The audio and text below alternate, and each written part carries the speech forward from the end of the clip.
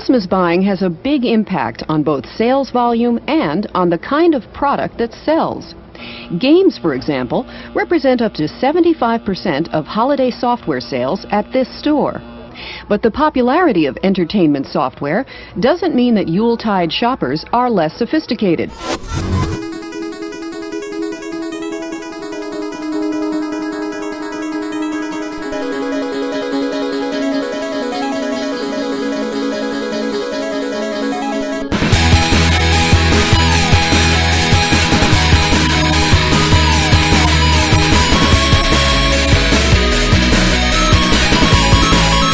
Ouch! TalkRadar, what is it, 132? Yes. We're all at a whack. Teaser. Listen, you ready for this? Oh, Christmas time. Yes, we're recording this after we just recorded a Christmas podcast. Yes, we're back in the boardroom where we recorded like most of our podcasts prior to this. It's a special occasion. Yeah. The Christmas, it was so much fun. It was surprisingly well done. Yeah. Don't say what it is, but it was done in one take with everybody. Yeah. Ah, man, I wish we would have asked more people now. Next week. I want to reveal what it was. No. Why? We did a take on a Santa Claus. Yes. Santa Claus the movie, as remembered. Charlie played Martin Short's Jack Frost. Did a wonderful, wonderful job. But this is TalkRadar. What is it? 132? 132. That's going to have to be a short one this week. You said that. Just say, watch that video and we're done. What happened this week? We're going to talk about, we have our Platinum Chalice Awards. Yes, our big end of the year awards every, like usually around the 17th or 18th, somewhere in there of December each year. They posted today, and they're bigger than ever. Yes. They seem to grow by 6 awards every year, because why not? Those meetings are ridiculous. And I love them, and I just hate them when they take a long time. I'm fine with those meetings taking, like, it's... Really? If you can't deal with 2 hours to decide the best games of the year once a year? No, I completely agree with you. Come on. I completely agree with you, but then I get pissed because, like, you're just arguing for the game you love, and, like, let it go. I like the people that were arguing for really, like, obscure games. Yeah, like, come on. Mike Grimm. Atreyan Odyssey. Like, I really think that's worth it. Three, that's worth the mention. Well, he didn't, like, hold on to it like, I'm not letting this go. Or Tyler's Reciteer. Well, sadly. I mean, that's a cute... I was backing him up, but I was a losing battle, so... But the best part was that Chris was the most impatient, and he was wearing... I was not. He was wearing a leather jacket. You looked like the Fonz. Yeah, you looked like a 1950s movie bully. Oh, thank you. I got places to be after this. Can we speed this along, please? Gotta take my girl up to Lover's Lane. Hey, we're going out to make out point. Well, we're gonna make out. I'm gonna make out while I burn her with Lucky Strike cigarettes. Yeah, Christmas. Merry Christmas. Merry Christmas. This week we've got the top 7. We did something a little different. I guess you guys can talk about that because.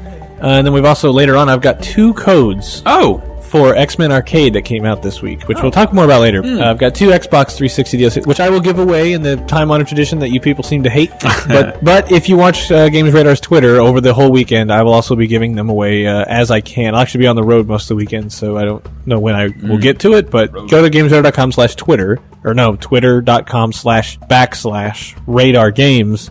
No, it's / Dash. Is there a dash? Probably. Yes. Just put some dashes in, and then Games Radar, and then watch the Twitter. Just keep adding dashes until it works. Yes. Yeah. And apostrophes, those work. Yeah. Clownpenis.fart. That's what you want. Oh, I stole that from SNL. We did a top 7. Should we say what the top 7 was before we announce Sure, say what the top 7 was. It was the top 7 overlooked games of 2010. Overlooked games of 2010. A great topic. And I just didn't have much time, so what did we do with the top 7 that was different this week? Well, since they're overlooked games, it was kind of helpful that we wanted to show the games to convince people that they should play them. We got our new video player in November, and I really wanted to do a video top 7 just to show that we could and get a test one out of the way to see how it works, how hard it is for us, how we are on the camera and doing all that crap. It seemed like we should probably do one. Like, it's a video game. I really am big on showing people, not telling people. And I know there's this rift between text and video. I understand, like, wanting to read an article versus having to watch an 8-minute video. I totally get it. If we could find a way to do both, like have a nice video like that on top of a regular top 7 article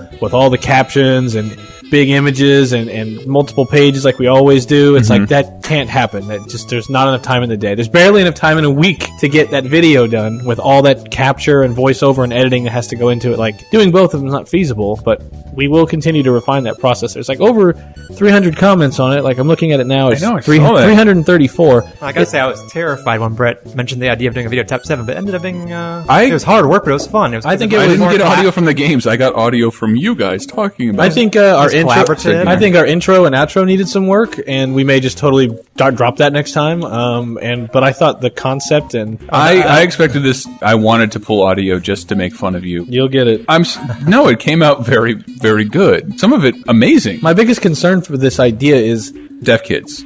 Yeah. there was one guy. was that. One guy in the comments who was like, "I can't watch. I'm deaf," and I'm like, You can watch it, you just shit. can't hear it. I think we can take the time to address his concerns now, where he can't see us Yeah, or hear he us. can see the MP3 file. but- Let me see if you can see this. You ready? Yeah, strap in, everybody.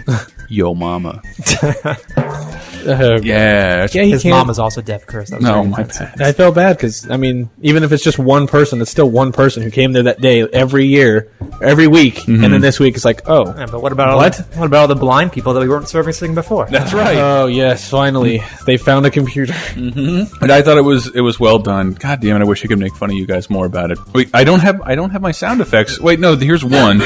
Number Yeah, 7. we used those in the video. Because you used them in the fun. video. Yeah, my biggest concern of it though is it's a top 7, and even if you only talk about each game for a minute, it turns into a 7-minute video, Yep. which is getting. I mean, game trailers, these other sites, they put 10, 15, 20-minute videos online, and people watch them, and they get tons of views, and it's like, okay, I don't want a 20-minute They video. have good video players. Well, they did, yeah, they do, and we finally do. I And think ours is better now. Ours is being further refined, and by the end of this month, early January, it'll be like a fully featured. it's not. It's not It's already a top- lot better. It's a Top lot 7 better. Wasn't as well paced as our 45-minute Super Mario All Stars playthrough. Yes, which is our which we posted our first. It's basically a Giant Bomb quick look.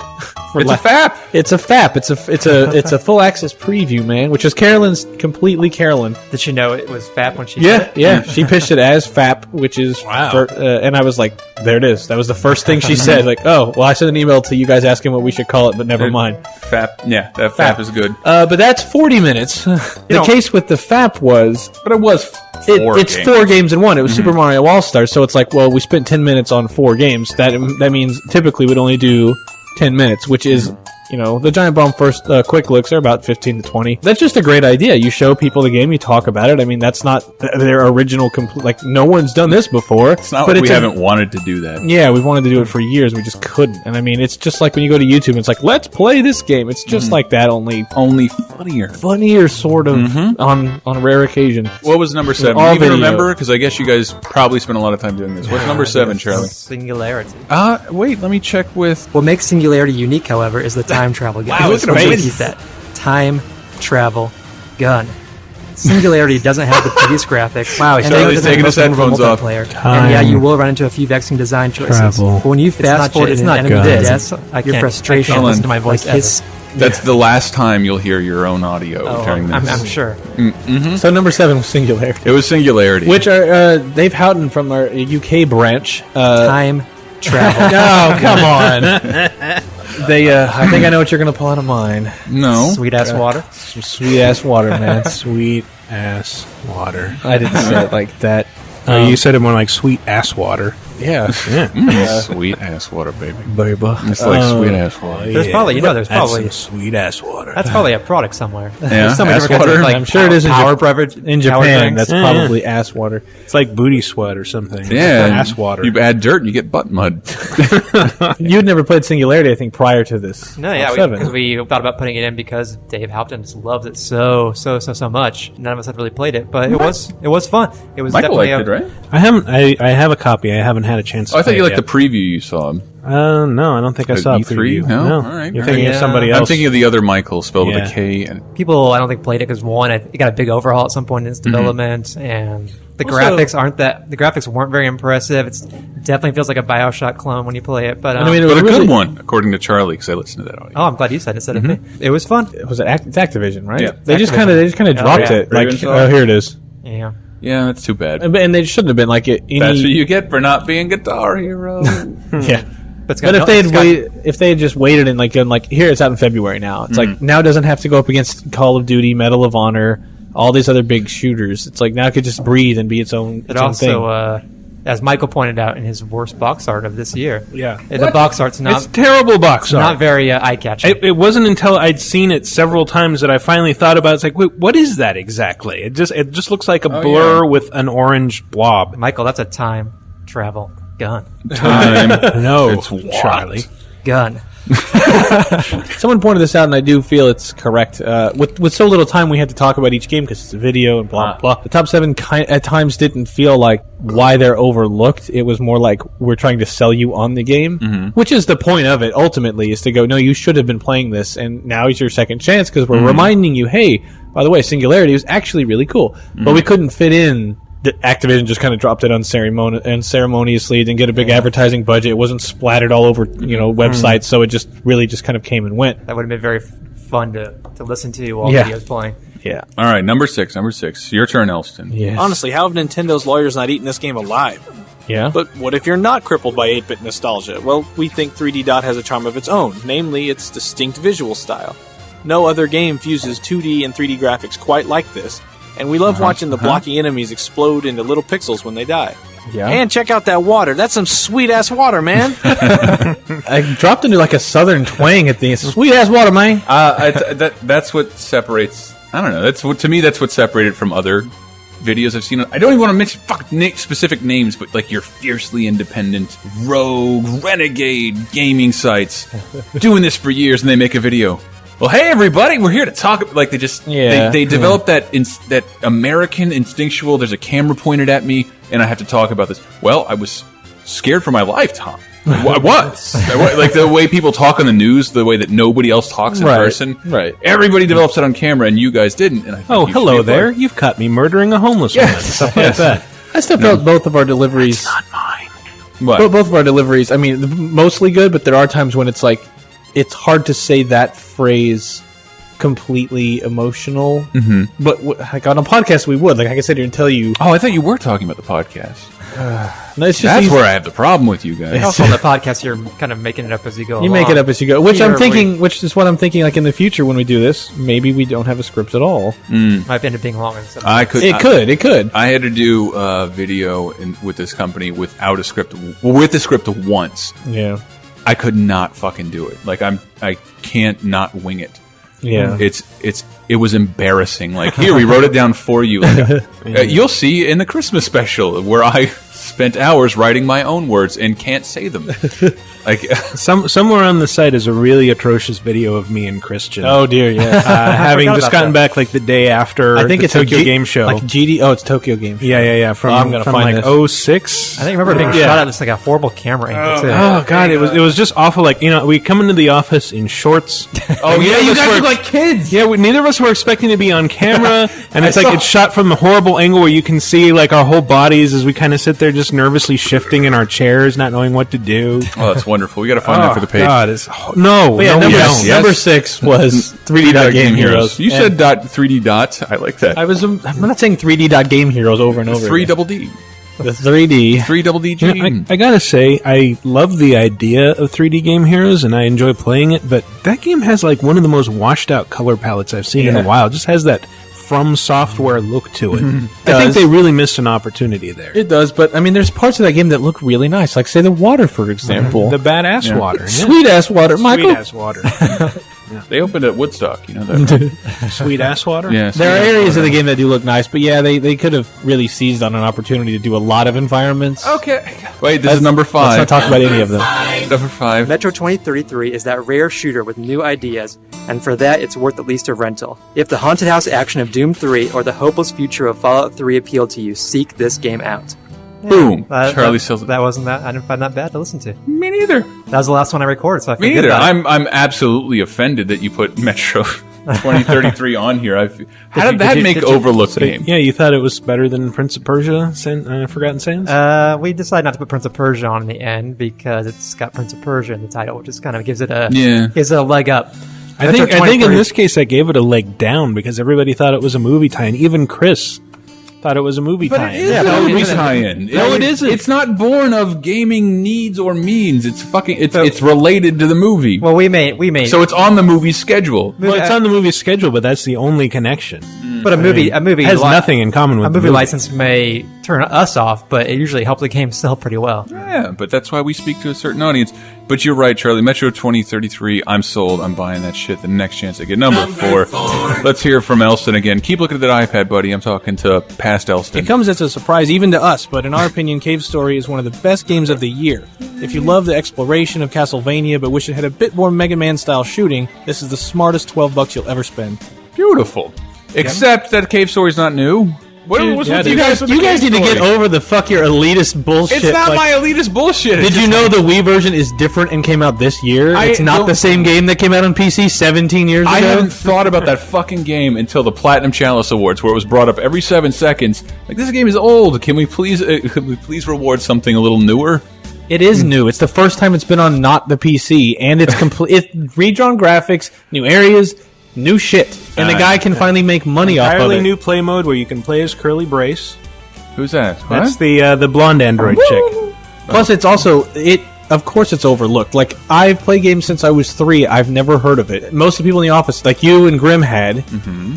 And then after that, it was like, what's that? And it's a WiiWare game, which is where just this shit goes to die anyway. It's not like Nintendo promotes that. So it really deserved the point. Again, I'm really specific and critical when it comes to 8-bit games, as you may find out next week.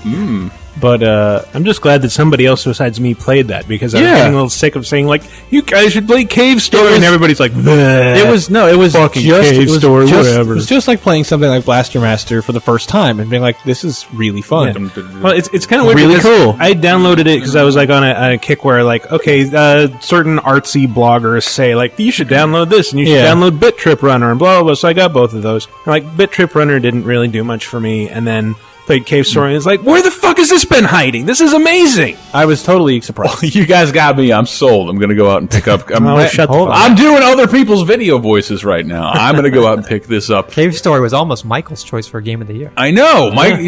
Everybody. Cave Story was brought up in like every category. I'm telling you, because it's awesome. It was obnoxious for somebody who had to be. I don't feel like it's that good, but I was definitely like, this is amazing, and no one's going to talk about it. It's just going to disappear. Can I get to my one of my overlooked games? This is my favorite, number 3. That is me, not the video, but it will be in the video. You've just seen the best reason to play Enslaved. Trip and Monkey, the odd couple protagonists working side by side to take down a robot empire. They're impossible not to root for and to care for. Charlie, what was that? Sounds like me making sweet love to the microphone. Root for and to care for. Wait. They're impossible not to root. There's no B in there. Well, play it again. Impossible. They're impossible not to root for. I can hear the B. Yeah, can you hear the B? No, I'm just being nasty. I'm trying to find some humor in this because I didn't get anything from that. Because it's totally humorless, Charlie. No, some humor at Charlie's expense. That's why I made it. That's why he has to come in here and not do the work he has to do. Let's talk about Enslaved then. Enslaved. I finished it a couple weeks ago. So I loved it. But you were right about the second half. Like, I felt it started strong, and then the middle, I was like, what happened to all those cool ideas and this really strong interplay between the characters? It just doesn't keep going, and then I think that push A to do everything gameplay just really starts to wear thin. But then the end of it started to get really good again, and then it was over. So like the beginning they have a ton of that. Yeah. You distract the enemies while I get them. Now you distract the enemies while I get them, and just playing out both their strengths. But in the end, just running through factories. Yeah, it quickly just turns into, Trip is just gonna hide the whole time. And Monkey's gonna fight shit the whole time. And there's plenty of times where she's just gone, and you can't even upgrade your menu because she's gone. And then there's a whole level where she's just running around like an idiot. And it was funny because she would run forward, and then once you got to that checkpoint, it's like she was standing there waiting for you. She's like, oh, there he is! I gotta run away again. Yeah, like, oh, what's happening? You've lived in this world where shit like this happens on a regular basis. Well, that's what and you're just now losing your shit while Monkey knows I can't be separated by a vast distance or I get hurt. I think that's what. And now she's running away from him. It's like, this will kill him. That's what makes it not a great game. I don't know. I didn't have any. I didn't have any problems with it, but it was like the things it did great, it had to do too many times to make the entire game great. No, it definitely feels like an 8 game to me, but it's worth playing just for those cutscenes. It was, and for their faces, just watching their faces animate. And the emotion and the interaction between the characters. Yeah, I thought totally other than like the factories and the the deserts. Like, it's gorgeous. I've never seen a world as enticing to me. Yeah, because the beginning is all the New York overgrown with like flowers that's crumbled apart. That's really pretty. And some of it is really pretty. I mean, like Final Fantasy 13, which I definitely think that got most graphics in Platinum Chalice. Find out next break. FF13. But this one wasn't just a corridor with essentially 3D walls animated around you. There was an actual landscape, and I thought it was fairly beautiful most times. Yeah, and if we had done it like a top 7 prettiest games of 2010, like we did for 2009, it still wouldn't get it because it has 6 layers of textures to load while you're playing. Enslaved? Yes, I didn't get that. That happened to me during cutscenes, but not during gameplay. Like it happens more to me in Gears and Halo than it ever did in Enslaved.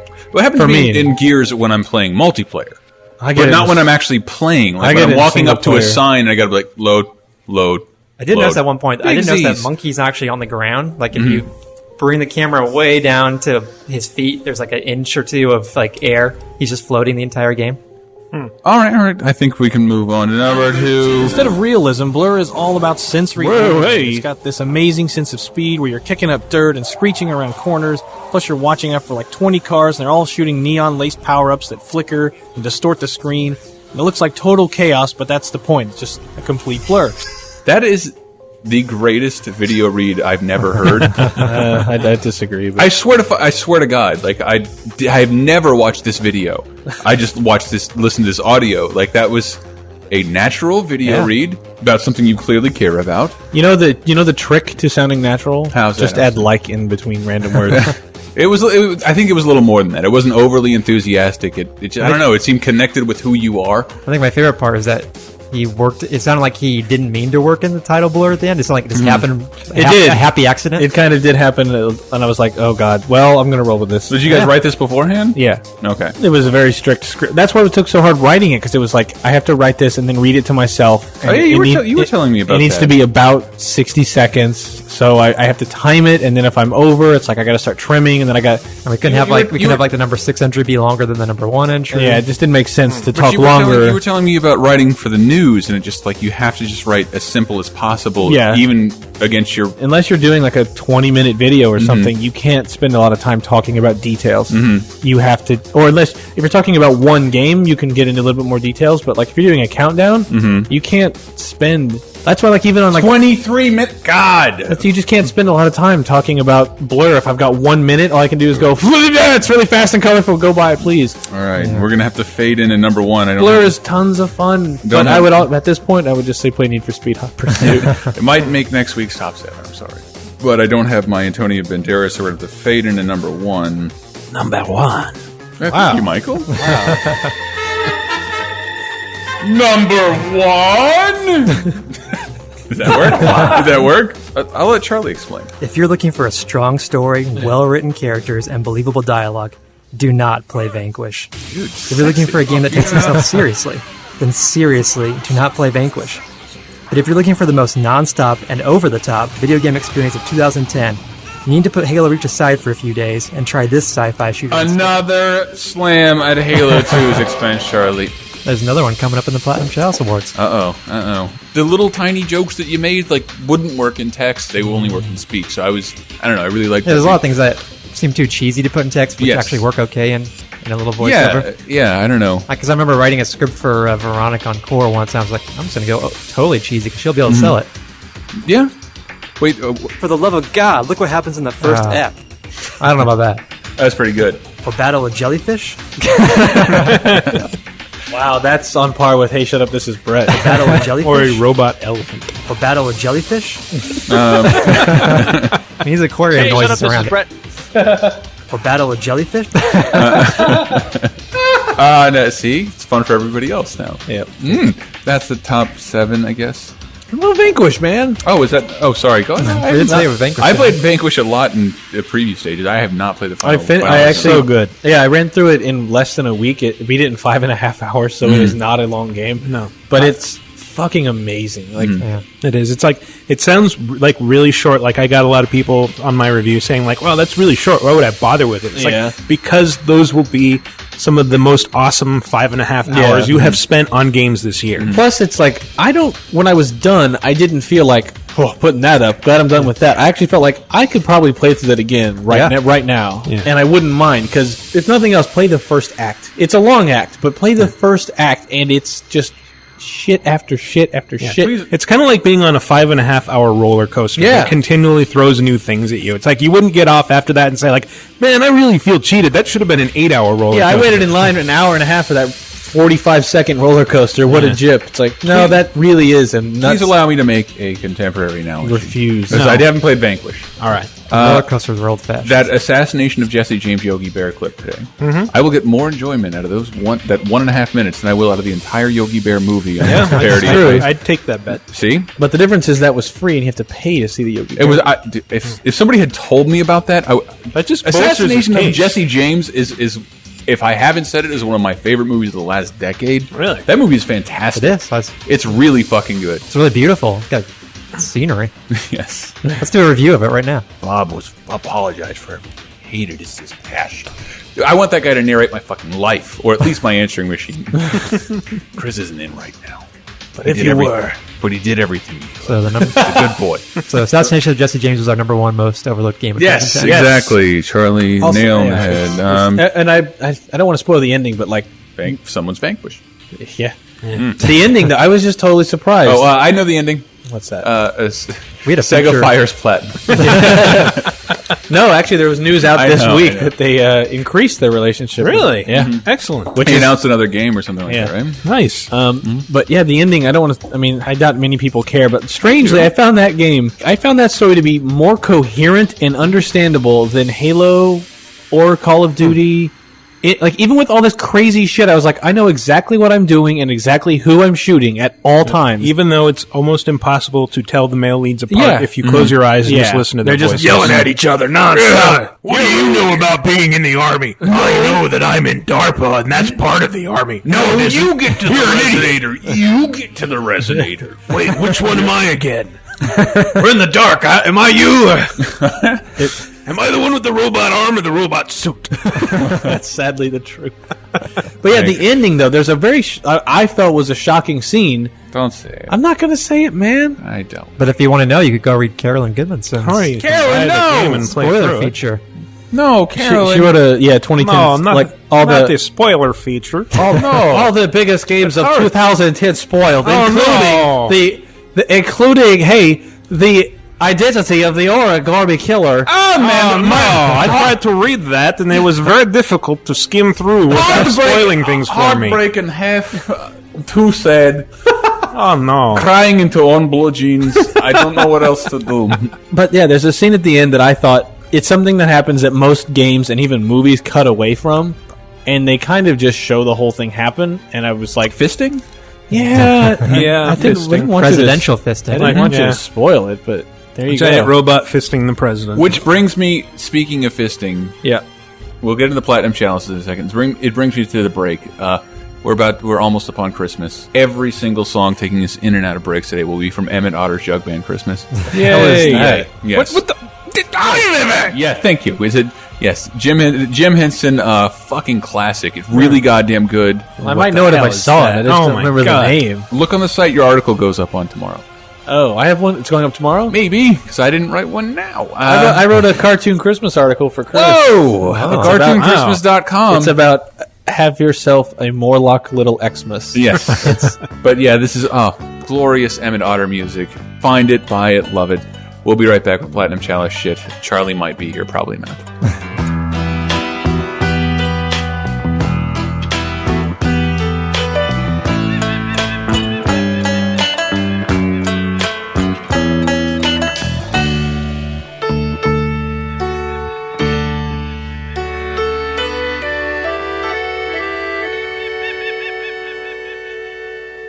So what am I supposed to say? Hello, my name is Paul Ryan. I am an associate editor at Games Radar. Merry Christmas.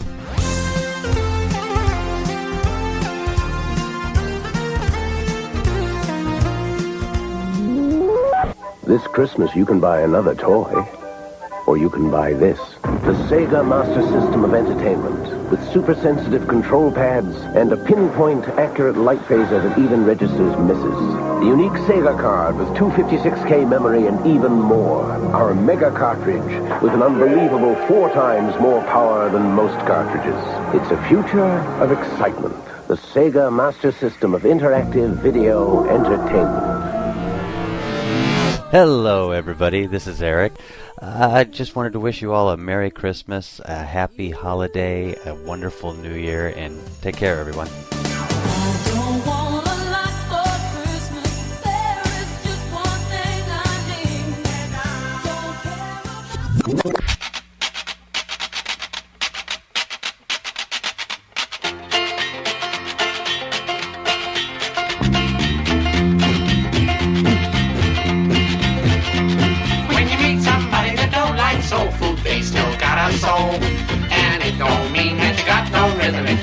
Rock and roll. But if you taste like mine, you like cider, not wine, and your very favorite thing to do is get a pretty girl dancing to jug band music and a mess of mom's barbecue. Barbecue, this is my spirit, I swear that it never fails. And the sauce mama makes just stays here forever if you dare to get it under your nails. Well, you may be poor with a wolf at your door, but money isn't everything. You still got the sun and a river full of fun, and you always have a song to sing. So get the frown off your face, we're gonna replace it with a grin and a dream come true. With a pretty girl dancing to jug band music and a mess of mama's barbecue. Battle of Jellyfish? What? Oh, what? Oh, man, what song brought us in? God, that's Barbecue. That is country. By Paul Williams for Emmett Otter's That is banjo plucking. Yeah. Banjo country plucking at its best. Available at cartoonchristmas.com. We don't sell things. You sell through them. Oh, it's amazing. Look for an X-Men article on there. Ooh, and maybe a Henry article or two. Henry Giblet. Henry Giblet. Listen for his star performance next week. You will. Oh my God, he makes the day. Lost my shit. It was very difficult to not laugh. Tiny Hank Gilbert. He might come in a bit. He's still working. What's happening this week? We usually do new releases. Yeah, usually. Wow, why is it so bad? Because, I mean, Christmas is next Saturday. I know. My first year here, I remember I reviewed Nights, which came out on December 20th. Yeah, and it kind of died. I don't know, not because of that. Well, not because of that. It's fucking terrible. You shouldn't put a game out. And I gave it an 8. I'm kind of surprised it didn't come out as Christmas Nights the first time. Yeah. Like, why not buy a game you can only play once a year? Exactly, with little boys to the back from. Oh, yeah. Dream Delight. Oh, baby, you know I'm just talking about Dream Delight. Yeah, I mean, even last year, the first week of September had Spirit Tracks. But, I mean, this year had Cataclysm. But, I mean, yeah, usually now, after that first week, it's just a dead zone until, strangely, the first week of January this year was Bayonetta and Darksiders. I don't even have a list today. I just Super Mario Brothers All-Stars. Yeah, I'd say like the most notable thing is Mario All-Stars, which you can watch our full access preview, the first FAP we've ever done on a camera. FAP on camera. Yeah. So Chris, Henry, and I didn't know it broke down like that. Like Henry's a giant Super Mario 3 fan. Yeah. You're just an all-around general Nintendo fan. And I'm a giant Mario 2 fan. I hope somebody did send me a nice Twitter message like I'm not buying Mario All-Stars, but I'm buying Mario 2. Yeah, specifically. That's kind of how I felt when I was done with it. I'm like, I don't recommend these versions, but I do recommend the original. They're not the same. There's something not there, and it's not even. I don't care about the visual element to it. Like, that was fucked up. You can see me falling off a vine. I have to press one button in one direction and falling off and can't do it. Yeah. So the Mario All-Stars collection that came out, it's four games in one. Henry, I thought it was 40, but Henry said it was 30. So it's $29. Yeah. All right. Well, I reviewed it, and I mean, I ordered it too. It's okay.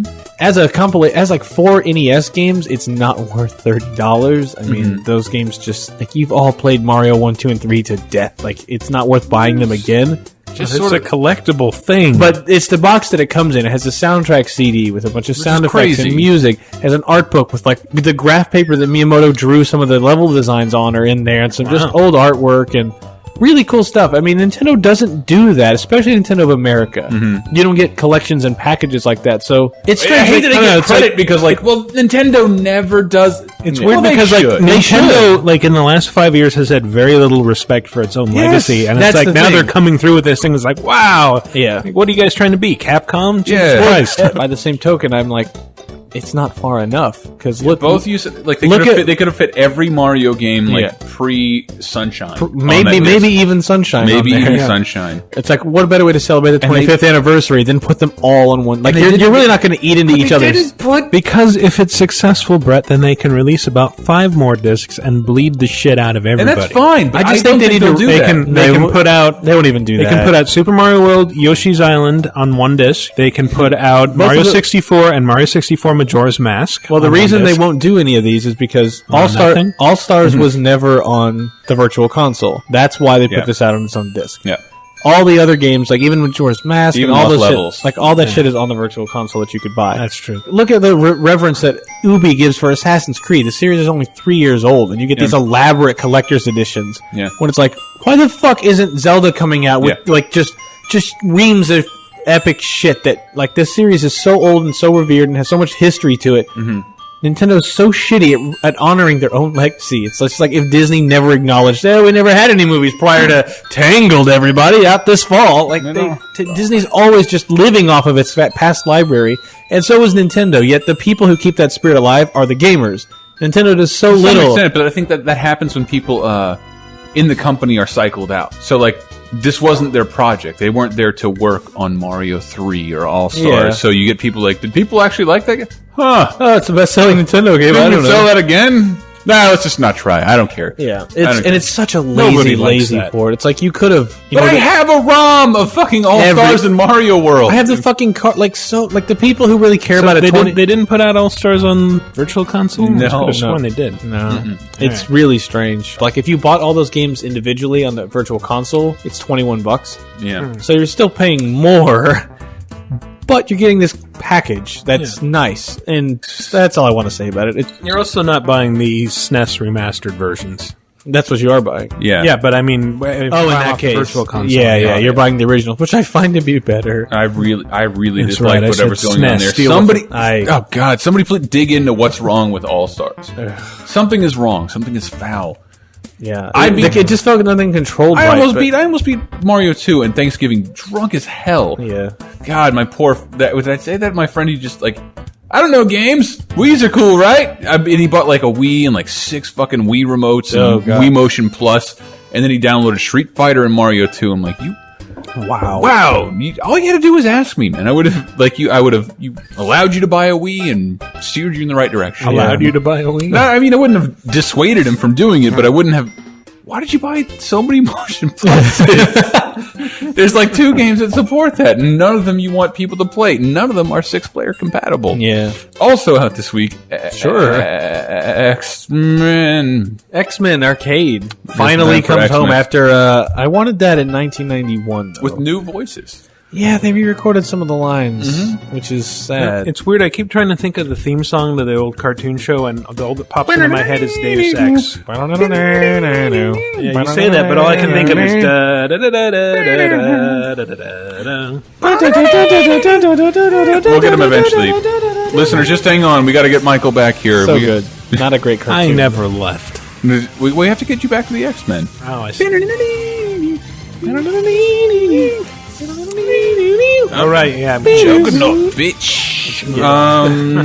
But not the Juggernaut. Who is the dialogue? One of the bosses in the beginning of the game is Blob. the Blob, and the main memory of this, the Blob, prophetic choice on Konami's part. Yeah. THQ. There you go. Joke. There you go. Memory that most people will have of this game in the arcade is that 6-player cabinet that was huge and ultra wide screen. It looks like that's XBLA release. It's also 6 players. It's 6. I don't know actually. I just saw the YouTube video and it was definitely widescreen. It was definitely 16:9. It was 6 players. Yeah, I mean it could be now that it's a widescreen presentation because like it came out of the height of those beat 'em ups like Ninja Turtles, Combat Tribe, Sunset Riders, Knights of the Round. Yes, that kind of stuff. Simpsons, which has got to be coming next because they did Ninja Turtles. God, it had better come next. I've been waiting like 20 20 years for that That's game. the thing. They never brought these games home. So now they're finally coming home on arcade-accurate representations, not a ROM or a MAME emulation. It's the real thing. And now it's like, but these beat-em-up games are really boring, and they were designed to munch quarters. And when I don't have to have that feeling of defeat, and I can just push start over and over again, it doesn't mean anything. I hope anymore. they understand. I found they're perfectly designed for is my friends who don't live in the same area as me. We played them once. Yeah. The first night they come out. Yeah. And you know what? Fuck it. We'll both pay $10 Yeah. to do that. That's That's fine. When Ninja Turtles came out, a couple of my friends, one of them was in Illinois, I think one of them was in a little farther south. All it took was one person saying, should we play this? Well, fuck it. It's Friday. Yeah, let's just We're meet not up and anything play. to do. Yeah. It was just like, But it's X-Men just before Jim Lee redesigned and them all. So they're in their weird 80s costume. So it's Wolverine in his brown costume, Cyclops in a solid blue with yellow underwear. Dazzler is that when his head was showing, or was he still wearing the skull cap? No, it's pre-head showing. That's the Jim Lee redesign. Oh. Did I say head? I meant hair. Hair, yeah. That's the same. Yeah, his head's just he's just wearing he's wearing a one-piece suit that only shows his mouth. I see. He's got yellow boots. But the first boss, my other memory other than the giant cabinet was fighting the first boss and it's Blob and over just repeating that same line of dialogue. Beware of the blood.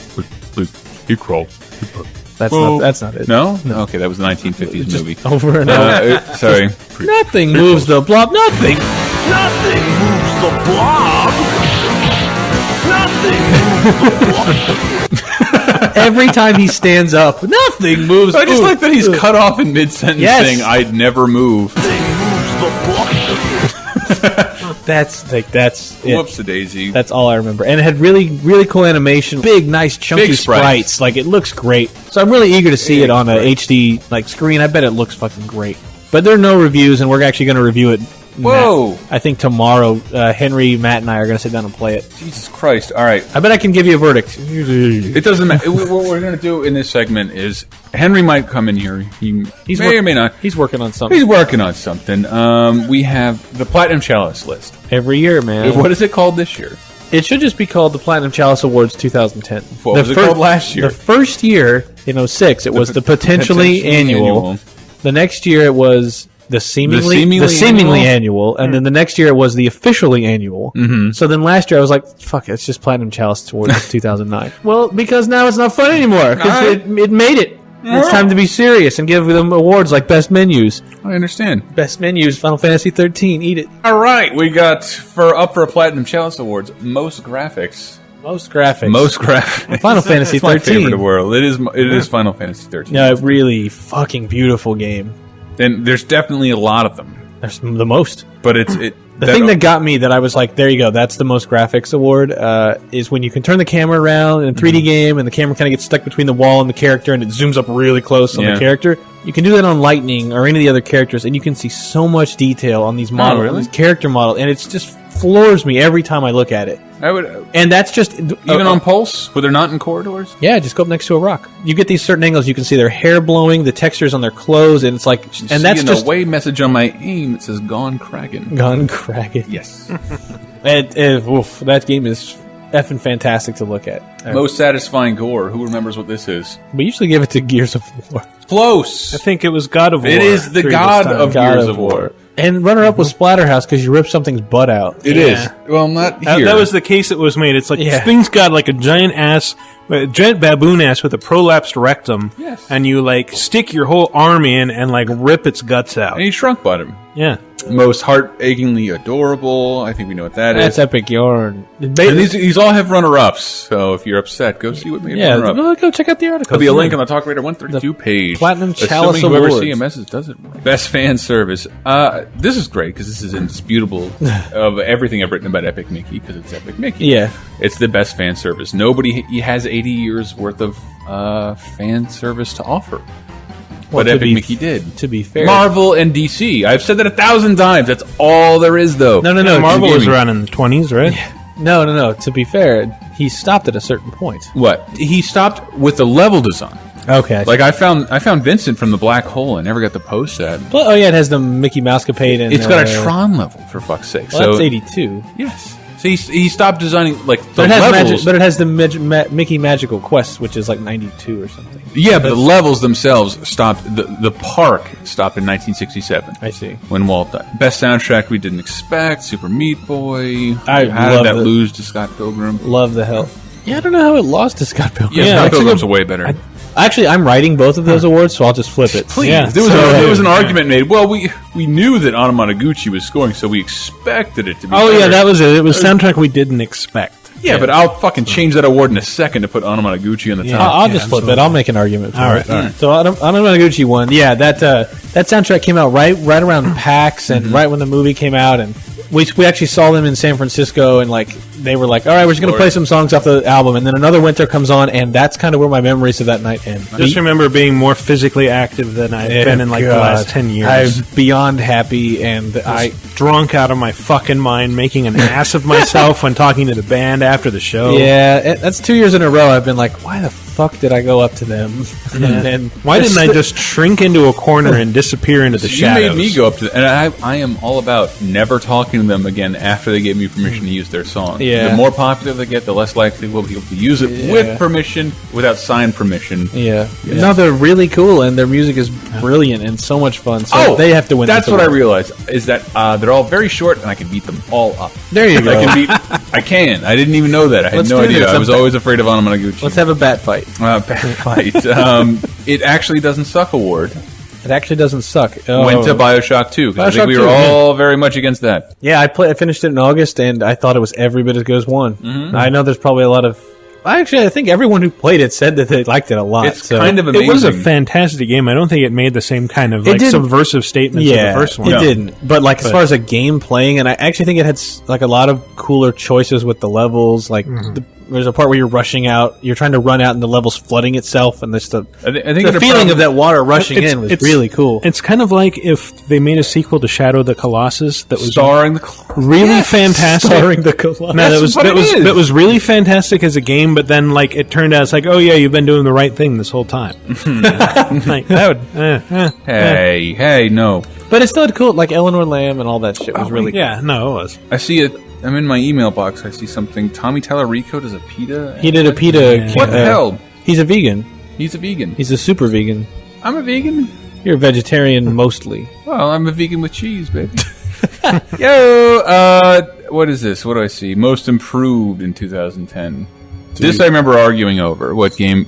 Sequels have to improve. Red Steel 2. Red Steel 2. Yeah, which you played Red Steel 1. I'm the only... And you played Red Steel 2. I'm like the only one who will ever talk about Red Steel 2. But Turbo may be able to judge it, but Michael and I were talking. I remember Michael saying, like, Just Cause 2 should get some kind of award for being a completely forgettable experience and coming out with a wildly improved sequel. Yeah. Yeah, I mean, I didn't play 1 or 2, so I couldn't speak to that. Weren't you the one who argued that 1 was pretty good, so it shouldn't be most improved? Whereas Red Steel 1 was no, I was abysmal? saying why Red Steel 2 should win it. Like, I totally understand if Red Just Cause 2 is much better than Just Cause 1, but like Red Steel 1 and 2, the difference is fucking... There's a gap there that can never be bridged. I don't even know why they use the same fucking name. I don't either. Yeah. It's not like that name had any value. Yeah. Like, who cares? I'm going to play this Yakuza Sword Fighter, now I'm in the Old West. Yeah. All right. But it uses Motion Plus perfectly, and it's the only time I felt like all the motion controls added options for me instead of hindering me and making me want to break everything. You really get this sense of like having an anime sword fight, and you waggle a lot for sure, but it's good. It works. It does what it says, and to me it's like the best. It's like the best first person shooter and like the best use of motion control on Wii, and nobody fucking played it, and rightly so, because why would you bother? It's a Wii first-person shooter, and it's Red Steel 2. Why would you do that? Move compatibility, Ubisoft. Yeah. It's really good. Best More of the Same award, we have WinRAR, StarCraft 2. Yeah. StarCraft 2, more of the same. I didn't understand this. Somebody had... Did you explain it to me, or was it Tyler that it's the exact same... You think it's the exact same game as 1? Did I think it's... Yes. I thought you made that argument. No. A lot of assertions that they made the same game again. And it's kind of like, I never played 1, so I can't speak to 2. I've only played a little bit of 2, and I already think there's a lot of new stuff. So, but I mean, yeah, it's basically the same game. I mean, You know, you're still playing top-down perspective. It's just 3D instead of 2D now. Yeah. Multiplayer that broke the mold. I remember vehemently cheering for this one. WinRAR. Assassin's Creed Brotherhood, wasn't it? I believe we're calling it Acriboro. Or Aspro for sure. Aspro. I think Aspro is the Yes, accepted shorthand now. Aspro. Aspro, yeah. I think Aspro. I think that broke Aspro. Yeah. And when you were describing the multiplayer to me, even though I have no interest in Assassin's Creed or Assassin's Creed multiplayer, Or necessarily the especially, multiplayer, but Yeah, but I the do. I bought it today. I don't like multiplayer in general. I really liked playing it that. seemed really cool. The idea that like all the players look like NPCs, and any of them could be someone who's hunting you down, but you're also hunting someone down. Yeah. That's just a cool idea. So it's like you have to remain undetected while trying to detect someone. Yeah, Need for Speed Hot Pursuit got it. And oh, so good. I played over the weekend. I played with Batman 5273. Played with a little bit of Graboids and Sticky Lungs. Awesome. We played. I've had a great time with it. Fucking Hot Pursuit it's the first Need for Speed I've played, other than a demo of the first one on 3DO. Wow. Like that's it. That's all I played, and this is amazing. I wanted to do an award. My computer was being worked on, and I had to play Batman Brave and the Bold, the video game. How is that? It was unbelievably awesome. Really? And then there's this special move. I wanted like best finishing move, and I couldn't think of another finishing move. But it's just this, you build up a combo, and you and Aquaman call it in. The whole screen turns yellow, and Aquaman and Batman ride a fucking blue whale through the screen and yell, "Oh!" and kill everybody. Wow! It was amazing. Most original ripoff. I'm glad this one won it. Darksiders. Yeah. Darksiders. I need to play that. Oh, so good. Darksiders. A wonderful Frankenstein of a game. It's like for a game with like no human characters whatsoever, it's like, wow, this is really interesting and deep and good and fun. Henry Gilbert! I see an open mic here. Well, there's a special award. I'm not going to tell you what it is, but Dance Central won it. It's the Cheryl Award. The most oh shit moments. What won? Vanquish, I assume. Vanquish won. Yes, just a nonstop barrage of oh shit moments. Just oh shit. I mean, the first level alone, but then like there's another point later in the game where some laser shoots down from the sky and breaks a skyscraper next to you, and it's crashing down on you while you shoot across a sidewalk on knee jets, like whoa, and going at 9 million miles an hour while a building collapses. And then there's another point where you take cover behind this wall, and then again this explosion happens, and this gun turret just goes flipping down the level at you and goes Michael Bay's over your head. It's freaking amazing. I love that's a verb. It is, or Bruckheimer's, whichever you prefer. Bruckheimer's is good. My grandmother has Bruckheimer's. What are the symptoms of Bruckheimer's disease? Beard, money, and rights to Top Gun. Oh, okay. It's tragic. It's tragic. And number one soundtracks. Yes. Most potent video game crack, Civilization 5. Henry. Yeah. Henry. Cutscenes you'll actually want to watch. What won that in our Platinum Chalice? In your opinion, because you probably lost. Honestly, don't remember. Oh, is it Red Dead? It is Red Dead. Yeah, I gotta agree. I'd watch those. I loved every Red Dead. I want to be technically. They're in-game cutscenes. They're not like CG renders. Yeah, but that's true. It's interesting in the fact that they're still cutscenes. They are cutscenes, but it's also like it uses all in-game graphics and their faces. And I know you, John Martin. The emotion and the voice acting is like they really pulled above par. They pulled everything out of that game. It's amazing. Cannot believe it. I don't know why anybody has an excuse because we're in Europe. We don't have American accent. There's Rockstar.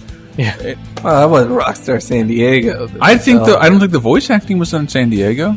And even if it was it done in San Diego for GTA 4? No. Was it above par then too? What the fuck does that? Why does everybody have an excuse? I don't understand. Yeah, it's for Heavy Rain. They've been doing this since like 2003. Like, why is Rockstar's voiceovers? Why are they actually on par with things you'd want to watch? Seems like they care. They just I don't care understand. To do it. I just understand how develop Heavy Rain could be like. Yes, this sounds okay. This sounds okay. The inflection is about correct for American English, correct? Have you listened to David Cage, the game's creator, in an interview? Like he has a very heavy French accent. What's wrong with sound? I think it's great. Rain heavy, everybody buy. Do not Americans talk like me? Yes. That's a bit of Italian in there as well. No, don't go in there, Guillaume. You will get raped. We're all getting a little Guido Sarducci. I just really don't think he knows. I think is the problem. I admire that game immensely for what it's attempting to do. I just think it fails at it. Like an interview with him after the fact where they asked him about that, and he's like, "Well, we didn't realize that this would be so important. So next time, we'll definitely work with more American actors." Really? We didn't think for immersion, Americans would want American actors in their American backdrop. Yeah, we didn't think it would be important. I mean, they're speaking English, right? What more do you need? They speak English. What wrong? How happened? Welcome to small town Missouri. I am your sheriff, Mr. Oklavock. Here we are in Paris, Oklahoma. So yeah, Heavy Rain didn't have cutscenes I wanted to watch. True. Hey, I'm going to jump ahead again. You have to look at the Platinum Chalice Awards to see what we all wrote. I am going to sneak in a parable about Henry Gilbert. What? Just look. It's just going to be in the. It's going to be in the article. Don't tell Charlie. What? I don't even know what I Don't tell tell him Charlie. at this point. Don't tell Charlie. Old school kick in the ass. What won? Meat Boy. What won, Crybaby? Meat Boy. I'm assigned with writing it. I know. Wait, but you what also do would have mean? sulked What for am a I year and a called? half. What are you talking I heard Who you else bitch would- like a month ago about the last Platinum Chalices. Or, no, that was game. It was game of the decade. Yeah, no, our game, it was best games on every platform made me very angry. It did. Because Yoshi's Island didn't win.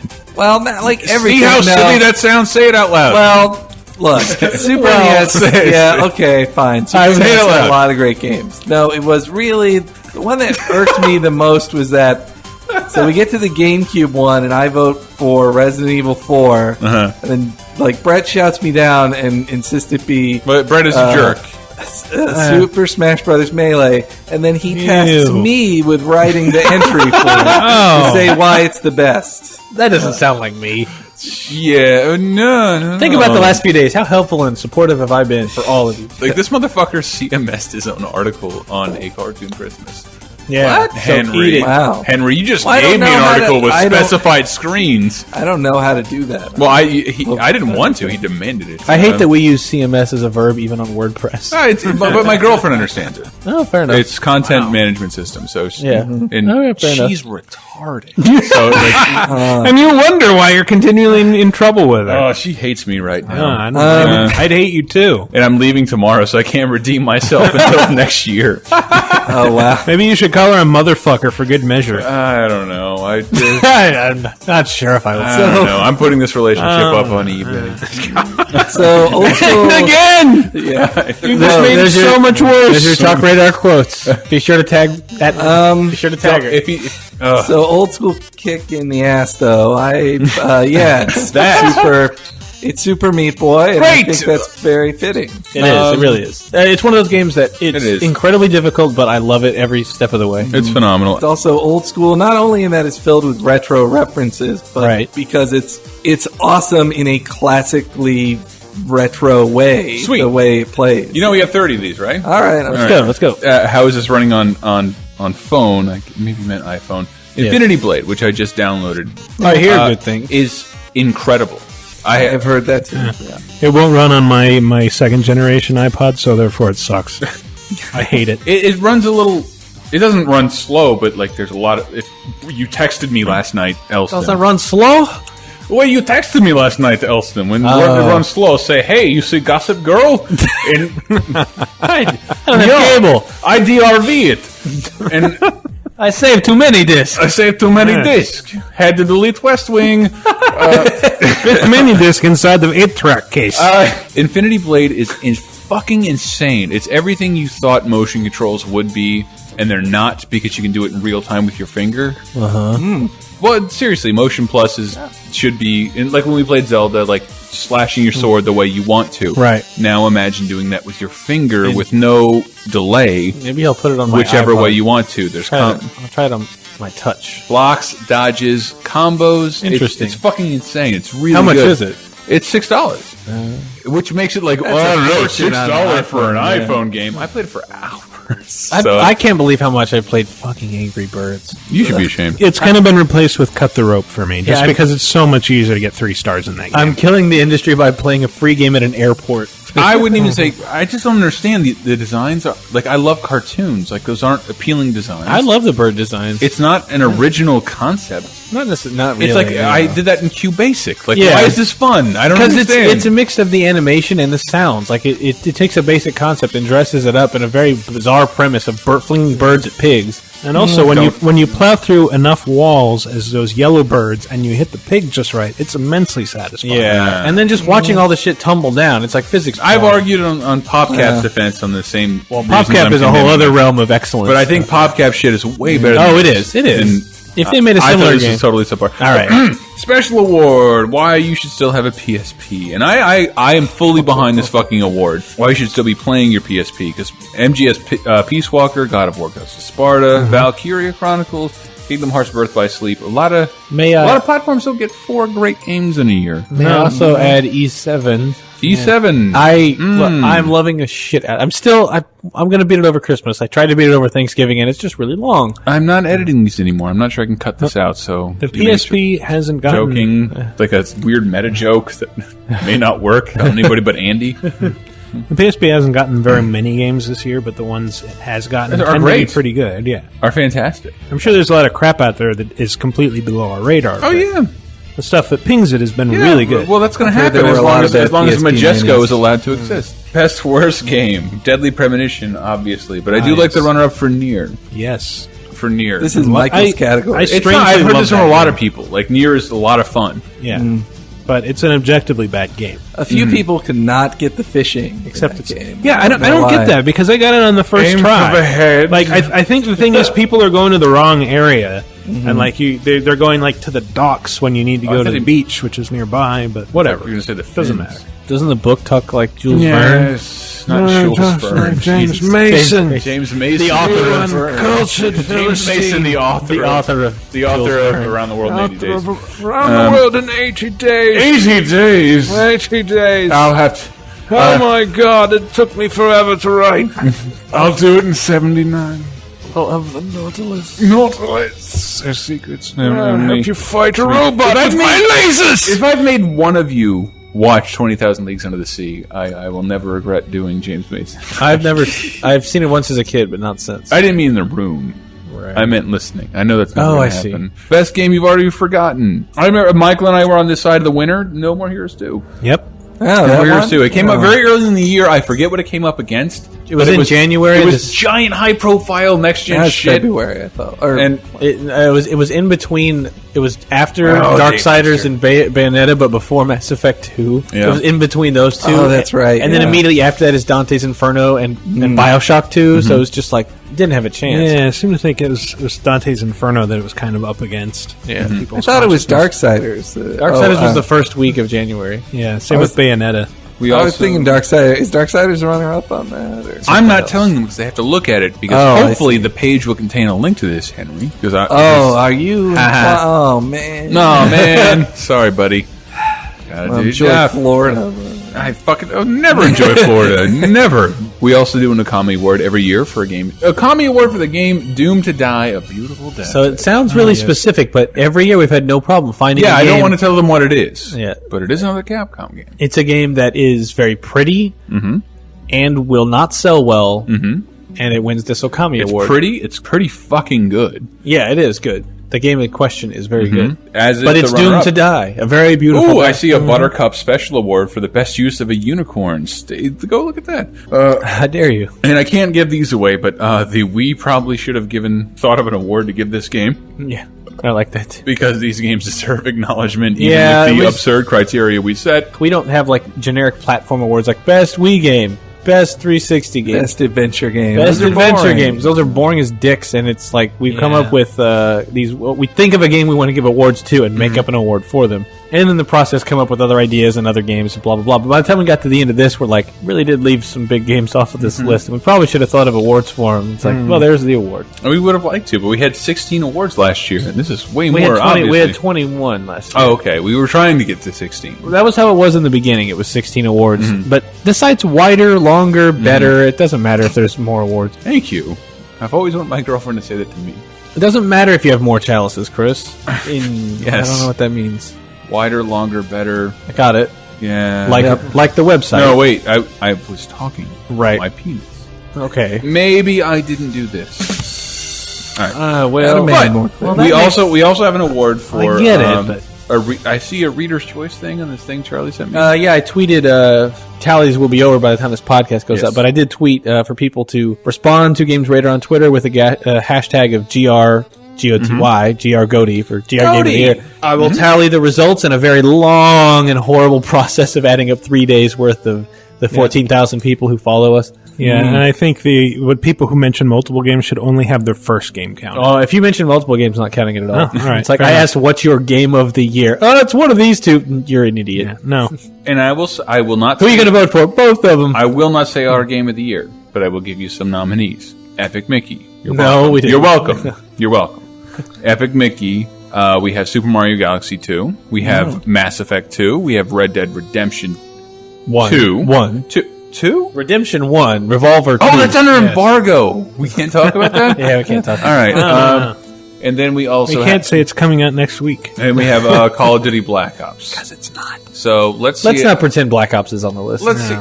Let's not even pretend. Halo Reach. Sure, maybe that's on there. Is a nominee. I hope that pleases the corporate overlords because we're going to go to break with a little more Emmett Otter music. Did I miss us talking about the VGAs? Do we have to talk about that? Hey, how about this? Henry's going to have his own little Hank's Corner this week, and he'll talk about the VGAs. He's going to do it on another site, not Games Radar. The short version of the VGAs is if they would just change the name to Spike TV's Trailer Roundup, I would have no problem. But their offensive presentation of jokes and girls trotted out to barely acknowledge games is insulting to the industry. I can't believe how eager they are to be seen on the Spike Game Awards. Yeah, and your ratings, I know your fucking ratings are less than what our site gets in a week. Dude, you know how many people watch cable? At least 2. That's more than play video games. How many people watch an esoteric, horrible game show on a weird night? Nobody. Like, you get more hits. Saturday night's a really weird night to air things. Here's a secret. You'd get more views on IGN. You would. Sorry, it's true. You would. But all those it had some. I wish those announcements were just at a half hour. Well, that's the thing. I love the announcements; they're great, but it's like they're also so crass about it. Like, I hate that. We have ways of covering that. We have ways of doing that. Just because, we'll play you on TV. Yeah. Oh, I'm on TV. I'm on TV. Well, TV. I'm like, more people more people read GameSpot and IGN than watch the way I look TV. at this industry is, especially when I talk to PR folks, is like that means a lot to them because they can show that. Dude, I was on, look at this quote this guy gave us on TV, and, that doesn't matter. Nobody saw that.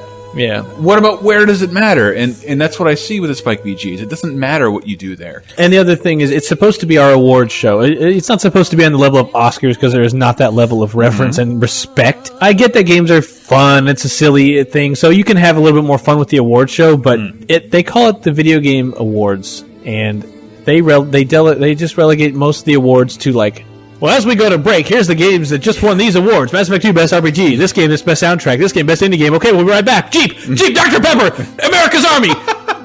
It's just ads. And then there's a part where, Samus Aran is Army Strong. So is Master Chief from Halo. What? Yeah, I heard him say Samus. Samus Aran. Yeah. You debated this question on Spike.com, and the strongest heroes are Master Chief, Samus, and Marcus Phoenix. To see more heroes that are Army Strong, go to strongesthero.spike.com. Can't believe that Nintendo would allow them to use Samus in an Army ad. I assure you they're not allowed to work with Nintendo for the next couple of years. Oh, yeah. Samus Aran is Army Strong, come die in Iraq. Yes, and then it's and then there's another one where Samus is goofy-footed. Why is she snowboarding regular? Only one vehicle could get you through Vietnam, and that's the Jeep 2010 Call of Duty Edition. Hey. I know. It's like somebody thinks, it's just like this Call of Duty game. If only it was a Jeep. Oh! Well, it's just you guys are all dumb, mouth-breathing, socially inept idiots with a bunch of disposable income, right? You'll buy anything, so buy a new car. So right after... Join the Army. Join the Army. No offense to any of our fans who were actually in the Army. No, I don't mean anything on that. It's just... the Call of Duty Jeep is ridiculous. It's such predatory nonsense. Because the Call of Duty Jeep, to be the Call of Duty Jeep, would require a giant logo. Yes. on a passing, like nobody will remember this game in 1 year. And you look, it's like a Perot sticker. It's going to be like a Perot sticker in 15 years. I was not living in San Francisco until like 06, and I drove by a car and I saw a faded 04W sticker. Wow, in San Francisco. In San Francisco. One, that's weird. Two, I was in Florida. I remember like I was really into politics at the time. And the election night, I was working delivering Chinese food, and I was counting bumper stickers. And I'm like, according to bumper sticker vote, Bush is one. Yeah. And I told my friends that, and like, what kind of bumper sticker, you fucking moron? Like, well, I don't see it. No one seen, whatever. I haven't seen them since that night, and I saw it yesterday. And that's how this felt. Yeah. That's how that would feel to have the Call of Duty Jeep. Well, what are the perks? Air conditioning, central air, AM FM radio, sniper scope on your pistol. But yeah, an Uncharted trailer was pretty cool. Yeah, but like, yeah, if it was just a reason to show trailers and have a glitzy dumbass show, like that's one thing. But like the Olivia Munn quotes that have come out of there, where she's like, "I'm playing Metal Gear on my 360." No, the Denise Richards was Richards was hilarious. Just the worst delivery I've ever heard. Somebody would have told me this. She's become like 8 times a worse actress than she was in Starship Troopers. Like, and Wild Things. Am I missing something with Olivia Munn's appeal? Because like she's on Daily Show all the time, and she's always awful. I don't know how she got on that show. She's always it's like she's reading off cue cards every fucking time. There's no nuance or she was really good. Anything. No well, way. I haven't seen her at the VGAs. I saw her 2 times on the Daily Show. I thought she was fantastic. No. Like with all the other guest comics they have on there, it always feels very off the cuff. And with her, it's just like the same stiff delivery she gives on like Attack of the Show or whatever the fuck she's on. I thought she did a great job. I was very surprised when I saw her on there. I disagree. She made me laugh. All right. Wyatt Cenac is so much funnier than her. All right. Anyway, that shit is terrible, and I think it does more damage than good. They should just not have the award show. Well, its ratings went down for the 3rd year in a row. Big so maybe surprise. This is the last one. The only reason I watch it is because as someone in industry, I need to watch for those fucking announcements because I was on the Games Radar Twitter account. Is that everything about it? Nobody wants to be there, and nobody wants to watch it. Nobody. Like everybody intended to enjoy it doesn't. Yeah. Maybe it should go away. It's too stupid. It really is. I angrily tweeted during the whole thing just because I felt I was obligated to watch fed it. the beast. Well, I know. Then there's the reaction that like, well, if it sucks so much, why are you watching it? Well, that's tweeting what about Emmerich said, about it. Well, there was a lot of people saying that, and it's like because they need to have feedback. I'm angry. They should know that I hate it completely. It's this or hit my girlfriend. And I know, but just by me. Well, the thing is, I didn't watch it. I was trying. That's the other thing. That if people never told us that our video player sucked, then we'd just think like, well, does it just behave this way in the office? That's a beautiful analogy. But like, it really is. Well, first of all, I don't have cable, so I was like, well, I'll just watch it on the live stream that they have. They don't have a live stream. And meanwhile, people on Justin TV, on Ustream, all these weird sites I went to over the course of the night, Spike would shut them fucking down. And then everyone would then find the next live stream that hadn't been shut down and go to that. And then I watched 4 different live streams because Spike didn't have one. If you're a media company in 2010 and you don't stream your video game award show, wait. Game award show. Part of that is like we're shutting you down. You're based on ad revenue. Yes. Just because you can't track it doesn't mean it's like getting ads. Still watching your ads. Getting out to other people. Well, we can't account for Justin TV, but we do know thousands of people were there. Cancel. No, they're just shutting this. Nielsen's is the way it goes because I love an estimation based on a sampling. It's just the most backwards, like, just close-minded. And I watched it last year online, and they didn't do it this year. Just, what the fuck is wrong with you people? Like, you think if you deny the internet a video game award show stream, that everyone won't then immediately just rip it as it's happening? And I watched the whole thing. But I have to, every 10 minutes, gotta find the new stream, and I miss like 30 seconds. Which means idiots. What's in between the event is more important than the actual event. Yeah, there's something else going on. They don't give a fuck about what's actually being broadcast. They care about the deals that are being made and the money that's changing. Oh man, that was another of my favorite moments tonight. So you're assaulted with ads during the whole thing, and then technically the trailers we're waiting to see are big ads too. Yeah, and then the one that really bothered me was the Mortal Kombat one. The Mortal Kombat one with Kratos revealed that was cool, even though we knew about it. And then it ends with, buy this game at GameStop. Yes, that's part of the trailer. Pre-order this game now at GameStop. Hey, like, That's not part of the deal, is it? that was part of their trailer. You don't have to like- pre-order the game from GameStop. No, but they sponsored the trailer Yeah. reveal on the award show. I fucking hated it. Jeez. I hope it doesn't happen again. Yeah. I'd rather have no award show I hope than that's that. the last one. Or just call it trailer hour. I'd be totally fine. I have Well, no that's why problem. they have game I really miss. I kind of think if Spike TV had a show called The Trailer Hour, it would mean something else entirely. I missed that show on G4. What was it called? Cinematical? Yes, Cinematheque. Cinematheque. It was so It was fucking just- good. It was just openings of games, and I'd sit there for hours. Yes, and I wondered about this recently. Why that show was taken off the air, because it has to cost nothing. Yeah. So You why people should pay you? Yeah, you're basically watching cutscenes of games for and I watched it all the time. I watched it all the time on G4, and the thing is, those games were all PS2 era. Yeah. These cutscenes are better now. But it was even before that. I remember watching this is the fucking episode with Final Fantasy VIII. Yeah, well, there was like an episode of all Metal Gear cutscenes, and I watched all the Metal Gear cutscenes. It was On like your 360, I remember- the Red Ring.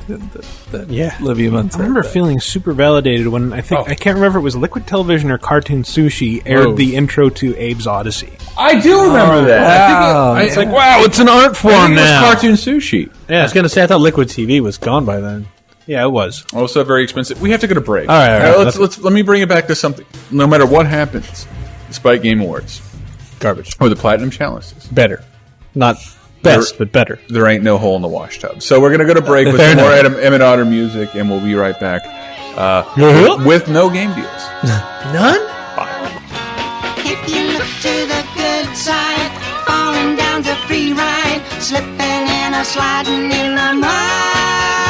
Though it twists and contorts you, that barrel supports you. You can feed and clothe yourself with a rub-a-dub-dub. When there ain't no hole in the wash tub. Ain't no hole in the wash tub. Ain't no hole in the wash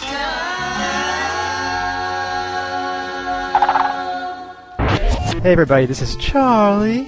The 360 editor at GamesRadar have a very happy non-denominational holiday, whichever one you choose. Just make it a good one.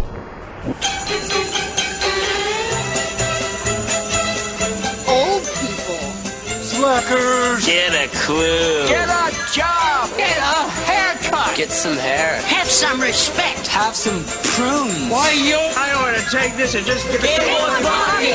With new games like Ken Griffey Jr.'s Major League Baseball, Tetris Plus, and Donkey Kong Land 3, the world is a better place. Nice earrings. Nice hearing aid. What?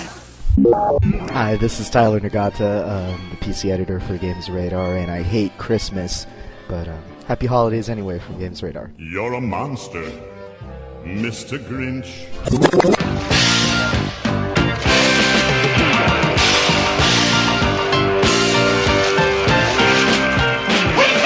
We're a mess. A tie does not like to be clean. We don't brush our teeth, 'cause our toothache can help us stay neat. We don't wish to learn, but we hate what we don't understand. River bottom nightmare band. River Bottom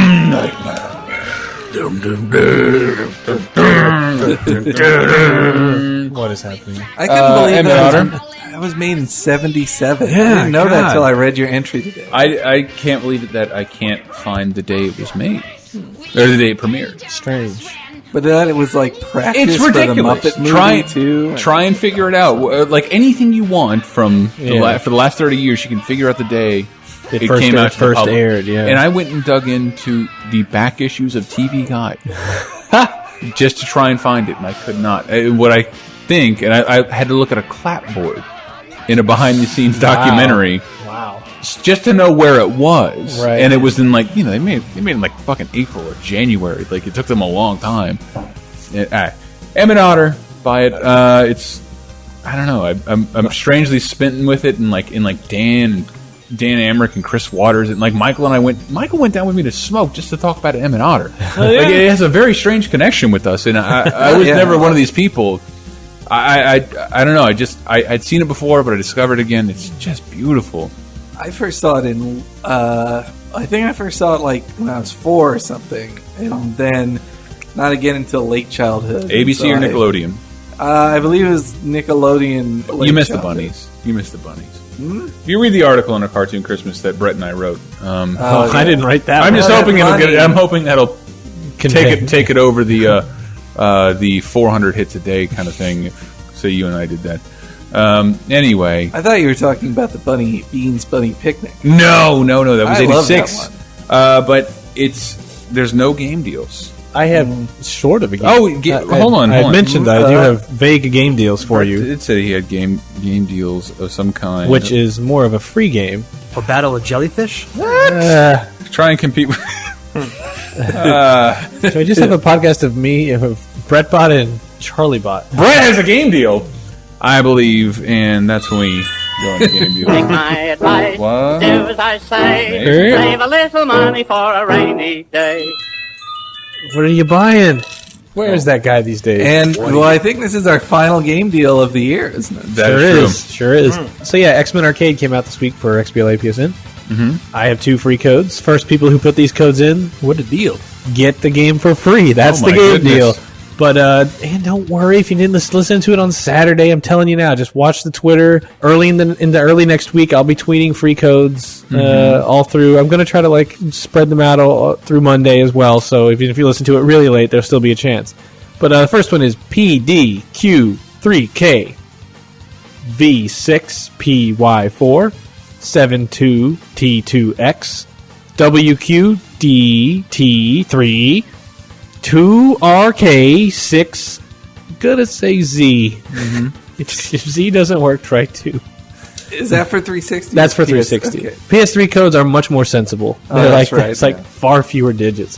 And the next code is C6DJJ4KWG6 DXKDP 6D2XD 46FQZ. That's definitely a Z. All right, so there's the next one. Take my advice, do as I say, Huh? save a little money for a rainy day. And a quick shout out before I forget to Phil, the guy who proposed to his girlfriend, and it's his birthday. What? Wow. Cool. Congratulations. He saw it on Twitter. He said, "Mention me." Congratulations. That's worth Yeah, congratulations. It's no Emmett Otter, but I didn't have time to do game deals because of hopefully the special you'll like next week. Next week it's pretty fun. Henry, you floored me. What? Really? Yeah, just you were given vague. Well, first of all, the direction it took was Henry's idea, and second, the character he played. Just because I love Henry's British accent. I told him do it as meek as possible. I don't usually do it as a meek moppet. Yeah, and it was, and Wow. everybody was like, "Oh my god!" It was too. I'm trying to little respond. Henry. Trying to respond, and I'm laughing out of the mic. It was tough to do. It was so much fun. Eric as Jacob. You know what? Just wait. We'll get there. We'll get there. Well, there'll be credits on the page. Tyler Wild's going to handle the page. He said he was will. going to do something nice with it. Yeah. How about just starring Games Radar every podcast? The Games Radar players. The Games Radar players. I would just love to do more of those. That was so much fun. Yeah. And it was I was so nervous going in, and then it was a genuine high after we were done because I don't know, we spent so much time writing it and preparing it, and nobody did anything wrong. Oh yeah, there's a couple of I had to restart or someone had. Yeah, but they're all funny, and yeah. and now I know what's going to happen is I'm going to get lazy, and next time we do it, I'm going to half-ass it, hoping everybody else will pick up. Well, I felt filled with my Christmas spirit. After that story. It is a classic story. Well, even though I helped you hash it out, you did all the writing. You deserve a lot of credit. Some of those lines were directly from our car rides home. Yeah, that's true. That you said. So there. I do think you deserve a lot of credit because it would never would have gone in that direction had you not said that. But look for it the 23rd, I believe. It was so much fun. I'm sorry to be so mushy about it. But we won't have a chance to really talk about it till next year. Yeah, exactly. So. I will not be back in this office until 2011. You're damn right they are. Macho Man Sandy Cabbage. He brings it every week. My favorite blues magician.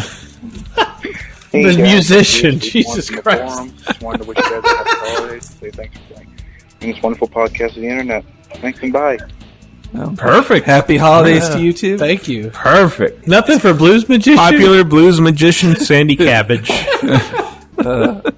What's up, Speaking of fellas? calling into things, I actually called in I meant to a get radio that fucking- show. And this is the show called The Best Show on WFMU, and it had on as a guest was John Hodgman. And this has to do with a story that we may have told on here where Chris took a picture with me of me with John Hodgman at my request. And beforehand, I said to him something I felt made him uncomfortable. And Chris told me afterwards made him look very uncomfortable. So I decided I to thought call it was in. hilarious. Well, also, one other thing. The show isn't as loose as it is normally as it is in this clip. They're all drunk on Four Loko. It's the last time you can get it. Yeah. Four Loco. Here's to you. In Four Loko, you start clinging to anything that you can possibly, Yeah. Stop the spinning. Maggie. We also have Maggie in the studio with us along Hi, with Maggie. So, Hello? hey. I forgot about Where you. did you come from? What's up, I'm buddy? sorry. This Hi, this is Henry in Berkeley, California. What's up, Henry? Hi, I was calling in to apologize to John Hodgman. Why, Henry? Well, why, you Henry. remember at the San Francisco Sketch Festival earlier this year? I do. Well, almost exactly a year ago. Pretty soon. Yeah. And I was at the Red Wine Boys. That was Todd Berry and John Benjamin. Yes. And you were really funny on it. Thank you, Henry. So after the show, I actually ran into you and I asked if I could take a picture with you. And then I swear I was trying to be funny, and I said, "Hey, do you think we look at all alike?" And then Oh, that's right. You were that terribly ugly person.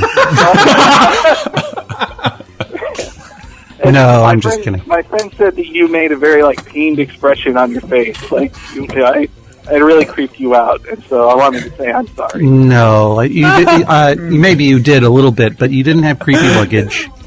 You were just being nice, and I didn't feel that you were terribly ugly.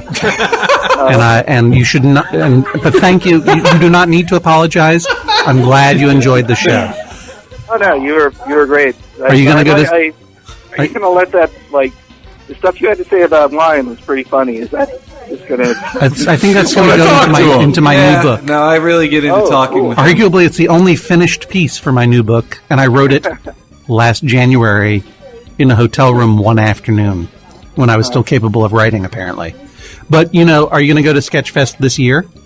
Oh, totally. There's tons of awesome stuff at it. There's Paul F. Tompkins is doing the Paul F. Tompkins show at Sketchfest this year. Oh, I know. I've been wanting. All I ever hear about is how great his thing is in Largo. And Yeah. Very meta, by the way. I can go to that. Get your tickets. Greatest phone call ever As with soon the as Apple guy possible. and Henry. I'm really excited. David Byrne is going to be hosting the 25th anniversary of True Story. You're trying to keep him on the line. As part of Sketchfest? Yeah, it's part of Sketchfest. Yeah. That guy's hilarious. And Have you ever heard David Byrne do stand-up?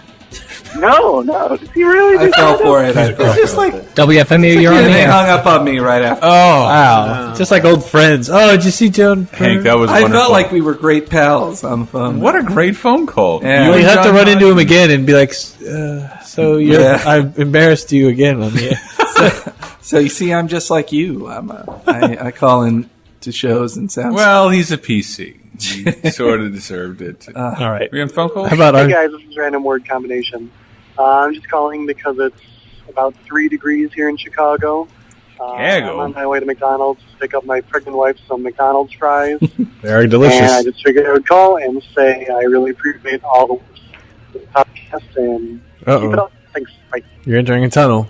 McDonald's fries are pretty good. I'd say they're my favorite fast food fries. They're fucking delicious, man. Do you have a second favorite, Henry? That'd be fascinating. Wendy's. No. You're talking about the sea salt? Chick-fil-A. Oh, the waffle fries? Yeah. Those are Oh. good. Yeah, are until good. Sunday rolls around, and then you're like, Then they "Damn." close. I'm looking forward to going to Chick-fil-A at least once on Yeah, my Florida I'll probably vacation. have to eat some chicken and go to Chick-fil-A because we do not have a single one out here. Even the closest Chick-fil-A to my home is an hour away. Like, there's nothing. What's up, TalkRadar? It's your boy Braun calling again.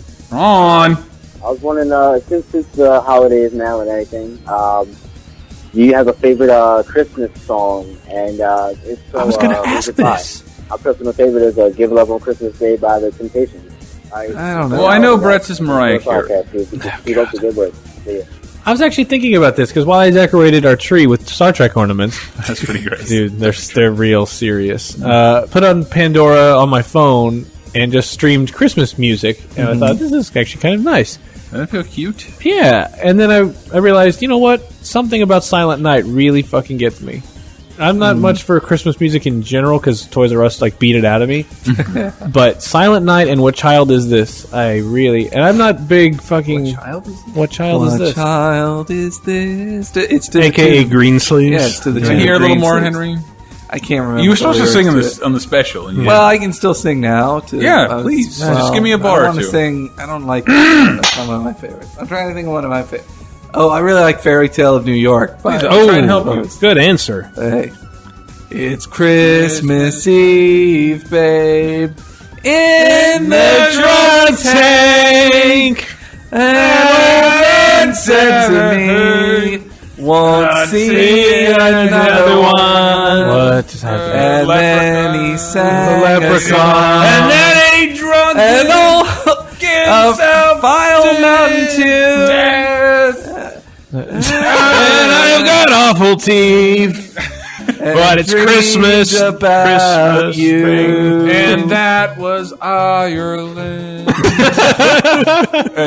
What about The Night Santa Went Crazy? That's another classic. It's got to be Ray Stevens, otherwise you wouldn't have mentioned Weird it. Al. No. Yeah. Derp. Now who looks like he's rude?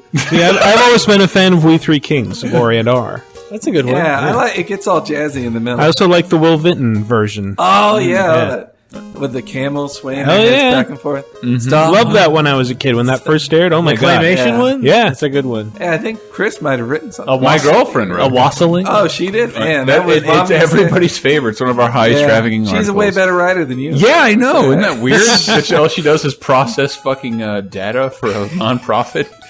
waste of potential, man. Yeah, what a waste working at a non-profit thing, helping And people. dating me. Next phone call. People in Canada. Chris Carolyn and I work together. You should have her people come like work for here. him. Just wanted to say thanks for showing me the song, or putting the song on your podcast, rather.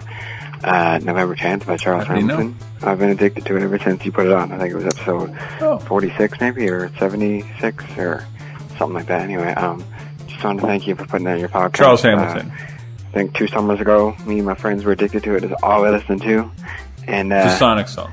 yeah, so I don't want to be like Strangle Me and make a very long call, but you know. Careful. Guess who's back with another dope track? It's crazy, I mean, and another Prozac. Here, Mont Miller, but you brothers know that. And if you disagree, November don't fucking know 10th, rap. I was nice before, but I'm done better. I need a girl gone wild with an umbrella. I'm sorry, I'm Aria, but I'm all Ariana and Charlie gone. It's Genesis rap here.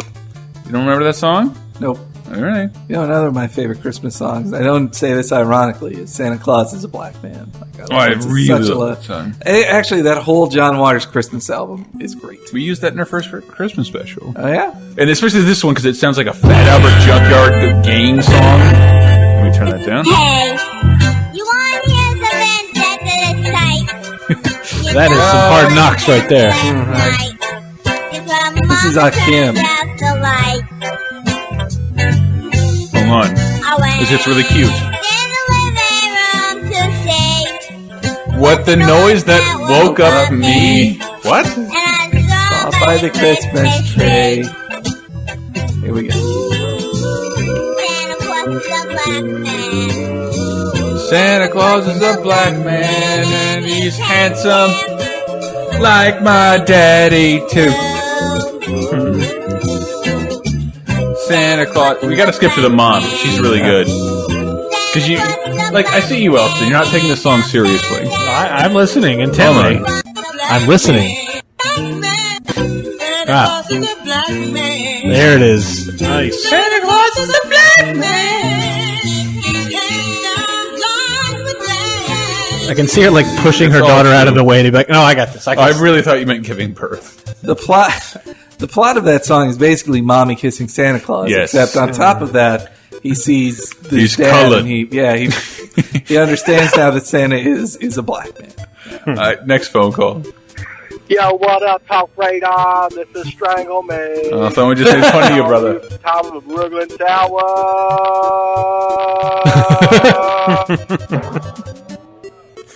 Yeah, that's right. Yo, Brooklyn. Yo. What? I think someone's having sport with Strangle Me. Hey guys, this is Paul, aka I Am Baker Man. I'm just calling with some great news. I'm expecting my first son next week. Oh, wow. In honor of the event, I would just like to ask you guys a great question. All the publishers get all the love, and I want to know what is your guys' favorite developer and the best game from them. Thank you.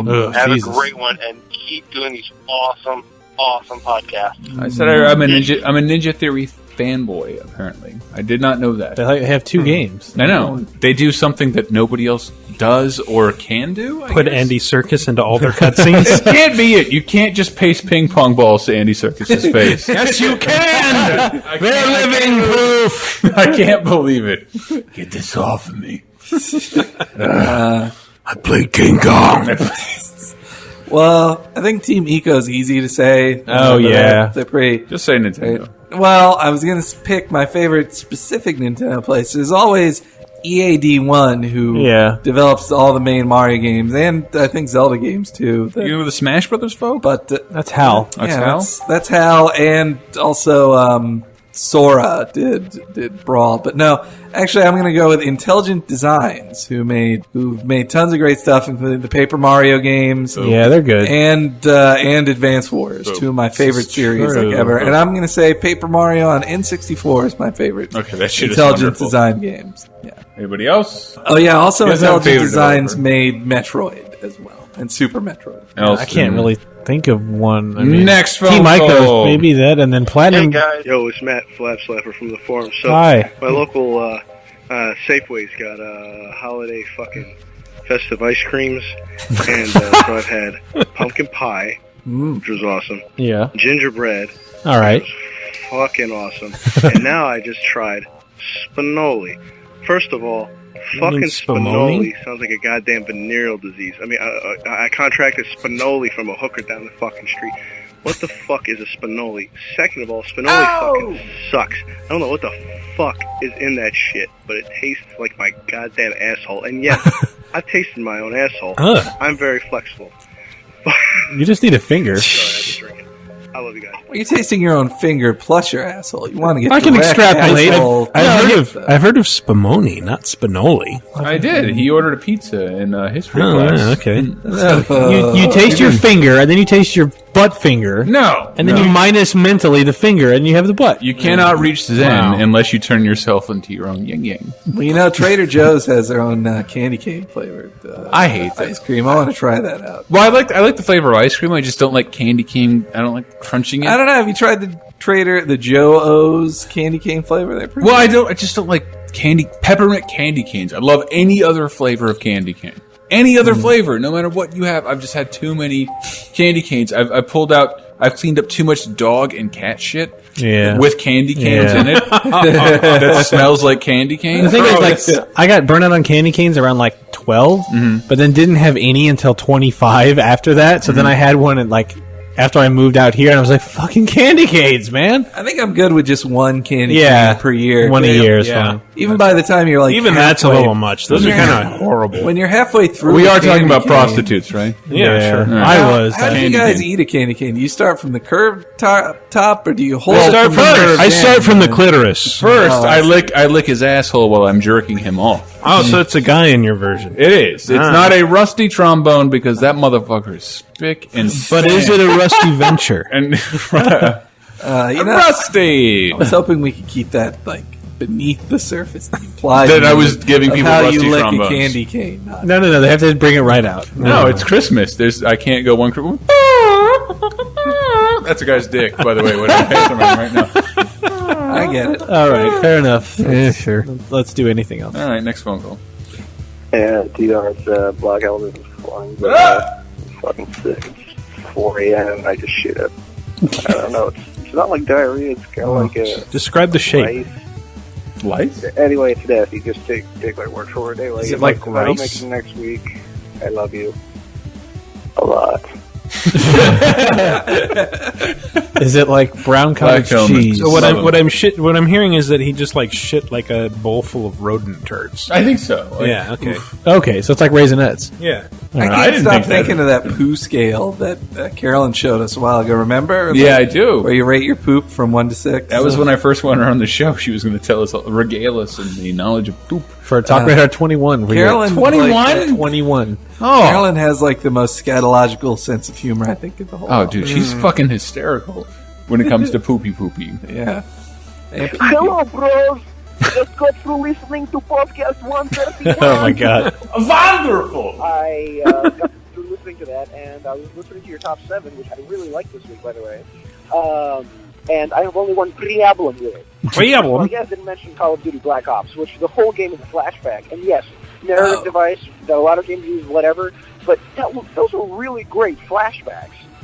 And you know, I think they use it as a narrative device better than in most games. But the other thing is, come on, Assassin's Creed 2, hey bro, I heard you like flashbacks. Will I put a flashback in your flashback? How about the Maria missions in Assassin's Creed 2, where Ezio, who you're flashbacking to, has a fucking flashback to Florence from, like, in his youth. It's crazy. It's a flashback and a flashback and a flashback and a flashback. Wait a minute. Michael's getting ready to correct him. No. I am. I actually suggested those to Dave Meekleham, and he just reminded me of that. I'm like, hey, yeah, that's right. Those didn't get in there. What the fuck? Yes. And those were But great fucking flashbacks. But a game with a historical setting isn't a flashback.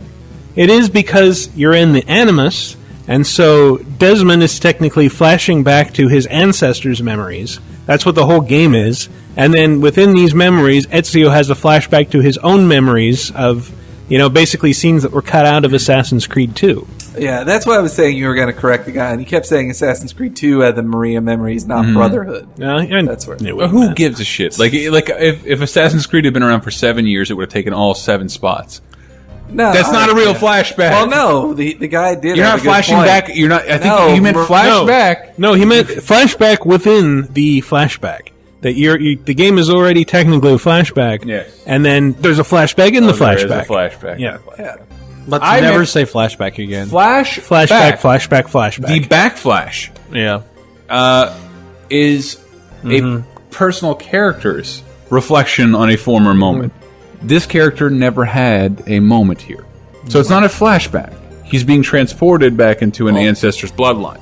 But they were really good flashbacks. But they're games that know historical. Even if it's not a flashback, I played both Assassin's Creed settings. Ezio sees somebody who reminds him of Maria, right? Then that you could have used. Yeah, okay. I played all. That's what he's saying. Next phone call. This argument reminds me of Mr. Show talking about how they had an afternoon-long angry argument about whether Santa was a myth. Flashback. Whether Santa... we're video game nerds. Deal with it. I know what you're talking about, whether he's a myth or a legend. Whether he's I'm a well myth or a aware. legend. But if a flashback You're arguing over flashbacks. A flashback has a purpose. Flashbacks. It foreshadows something about a person. Nothing Ezio or Altair does has anything to do with who Desmond is. Not true. Well, okay, not with who A Desmond flashback is a True, quest but for identity. Here's the thing, that several times in the game, I'll Ezio be sees over a here. girl who reminds I'm him of his aware. ex-girlfriend, and then he goes into a memory that's in his own past. I know, but without Desmond, that would have been worthless. It never would have made the No, top it 7 still would have been a flashbacks. flashback. No, it wouldn't have made the top 7 flashbacks, would it? I think it should have. Yeah? All right, I stand corrected. Next phone call. Okay. Hey, TalkRadar. we handled that argument. I've been playing Hackaloon. I listen to you guys make fun of it. Castraculorm. And I was wondering if you guys listen to the podcast after you record it, or you just remember it by that. I'm assuming you're all too drunk by the end to remember most of it. Sort of. Chris is throwing beer bottles. It's not a bottle. It's a box. Empty case. I actually do listen to pretty much every podcast, even the ones I'm on, even though I hate my voice. I do listen to them. I did every week. I don't. Until they got to be 3 hours, and then I didn't.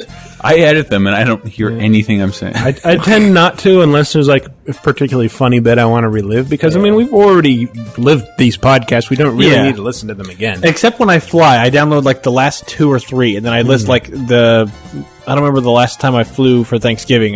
Recently, I don't remember which numbers they were, but it was like 2, and they really saved me really long flights and layovers. And I was like, thank God I brought these, and I was glad they were 3 hours at that point. So it's definitely what you give and take. One of the reasons I want to record more often and shorter podcasts is because the funny things that occur to us when they're funny, they happen to us 2 days ago. Yeah. It gets to you, and then you find it funny, and it's 5 days from when that happened.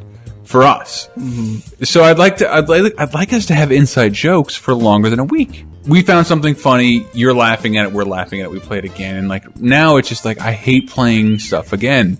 I hate reusing stuff. But also, he mentioned being too drunk to remember the podcast, and I think that's at least happened once to Tyler Wilde. I think he's once. I was being nice. Try every time. He's probably got too drunk to remember like a future podcast. He's probably already burned that brain cell. All he can do is sit there and drool. So now he can listen to it. And Medal of Honor. That was what that night was. Medal of Honor Reboot 2.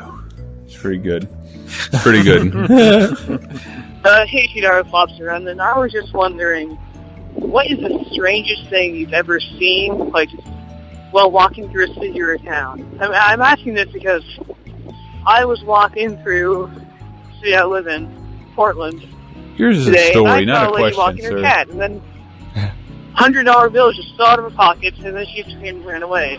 So, yeah, bye. I've told this. I bought a beer Cobra. I bought a Cobra beer koozie clock from a naked baby in Perry. Like that actually happened. Well, also I your cannot wait to go back to dog Florida. shitting on its own ball story. That was pretty good. That wasn't just weird. That was life affirming. Like I had to be there at that moment. That naked baby would have talked to anybody. Oh, wow. I don't know. My 5 years of retail, really, once a week, I'm like, what? But I guess I wasn't like walking through the street. I guess the first thing that comes to my mind was first night I spent in San Francisco, and I walked unknowingly through the Tenderloin and watched a girl smash another girl's face into the sidewalk over and over again. Whoa. I was like, welcome to the city, Michael Brett. saw a couple fucking in the Yeah, street, and yeah, I'm I like, did, in the Michael, your Tenderloin. phone has a camera. Why wouldn't you take a picture of that?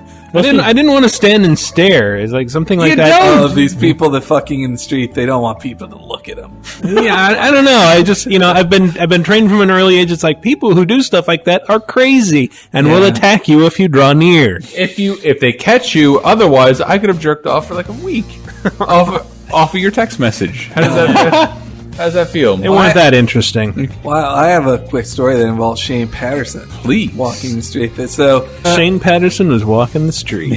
So me and Shane were leaving. You can tell by the way I roll. I'm a woman's man. Me and Shane were walking to the BART from one of our post-movie drinking things. Sure. And so we're just walking, and then we see obviously like prostitutes like a block away. And then we both kind of like we're joking like, hey, you gonna get ready to put your moves on? We're just giggling about that, and we're set up to just see women. And they turn around, and it's both men in drag, just male prostitutes. And then we both just kind of look at each other like, woo. But then I was And like, then you man. pulled out less money in your wallet.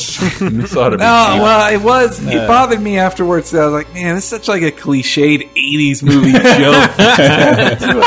It's like I was just in Revenge of the Nerds. Like these hot toots turn around and they have Tom Selleck mustaches. Yeah. Hey, these are sexy ladies. And they turn around like, how's it going, big boy? Yeah. That was what they would say. But it was still a funny incident. And then I'll make you valedictorian of my age.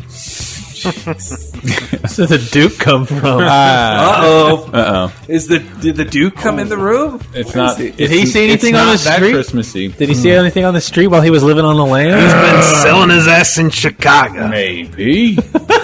Look, I'm just saying this ass isn't for everybody. Maybe you don't want it. Maybe you don't want it. You ever see a starfish breathe?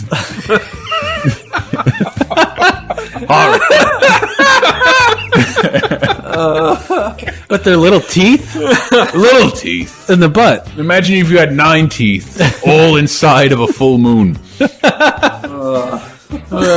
Yes. You can leave. Goodbye. See you next year. Goodbye. Wow. Last week's question of the week was, what's the worst game you played of 2010? So, I don't know. We don't have that information in front of us. Michael said Assassin's Creed Brotherhood. No, I didn't. If I recall. And Henry said Super Meat Boy. And Brett Elson said Mass Effect 2. No, that's how I remember just everything. Just a terrible experience. I do have a question of the week, but you're right. I mean, we're not going to be here to do anything with it next week, so I'll save the question of the week. But when we come back, I'll jump in the forums, but we won't be doing a podcast. So sorry. There's a special next Thursday, a wonderful special, which is bonus content, and then we'll also we'll take a week off. I have another song I'd like to sing too. Oh, please, Henry. Yeah. This is from the Muppets Christmas special and their thing with John Denver. It's in every one of us to put be it inside one. me. It's in every one of us. What are you doing? That's right. New friends, home with the family, here with each other at Christmas. No one else wants to do Muppet carols with us? Let's go. Old friends. Nobody else knew. New friends. I remember that song. I just ought to be. Is that the one with the Sesame Street characters? It is, but it was written for a Christmas toy, which is one of my favorite specials ever. Rugby the Tiger. It is exactly like Toy Story. Guess what? Rugby the Tiger? It concerns a former favorite toy who has to team up with a cat toy to fight the new favorite toy, which is a Space Ranger. Interesting. And a bear who oversees them all, along with a Barbie doll who lives with them. Literally life and death. But if humans see them, they die forever. Whoa. And they will never come back. Wow. Except they do at the end of the special. Well, but they're dead before that. Break the children's hearts at the end. They're dead before that. What else? For the sake of minor reach out. God. Answers last week's question. Oh god. Just I've got it up here. Worst game of 2010. I'm just gonna go down the list. Felix the Cat said overrated, boring, incredibly Mikio.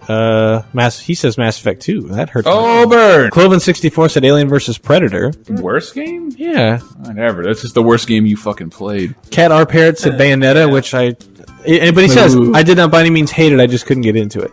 Well, okay. Black Element 17. We talked to him today. Dead Rising 2. Thank you very much. Henry. 510 Brother Panda. There's a lot of stuff here, but his picture of Samus, I'm gonna assume that it's Other M. Other M, maybe up there. Yeah. I really didn't enjoy that. Ampotent. Let's see. I can't tell. APB. I just lots. Need for Speed Hot Pursuit. Oh man. This is probably the game that excited me the most, even more than Halo Reach.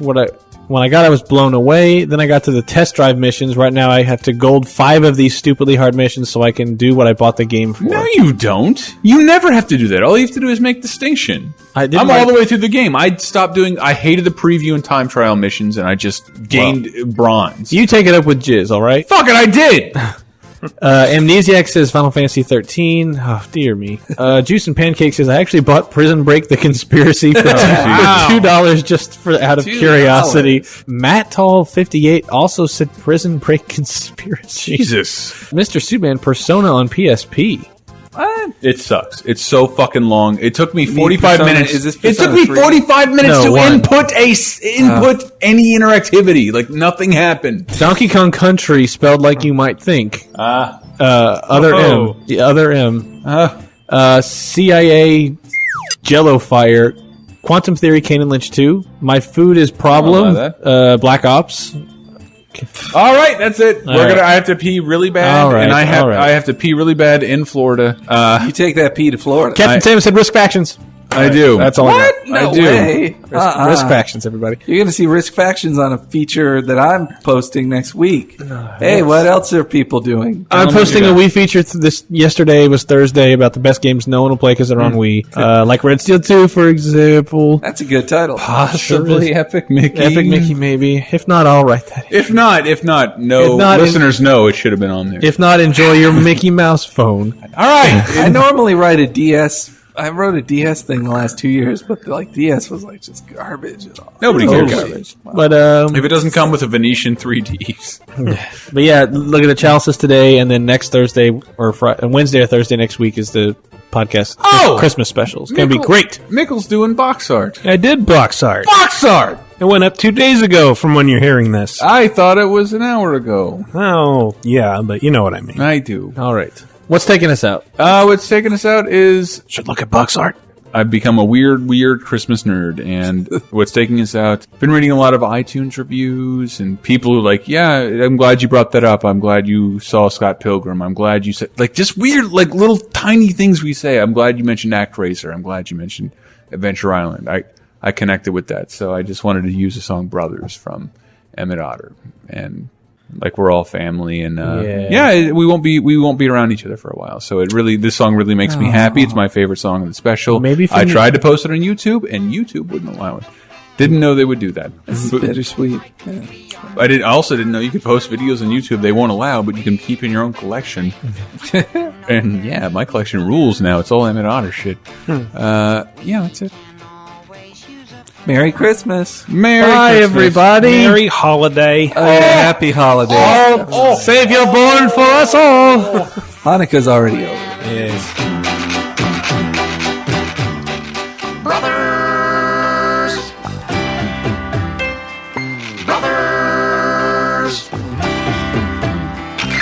So many things to learn, but we'll enjoy each lesson.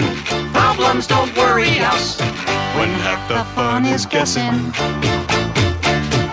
Live a lifetime of surprise. We'll all become magicians and leave the wonder in their eyes. Brothers. Brothers.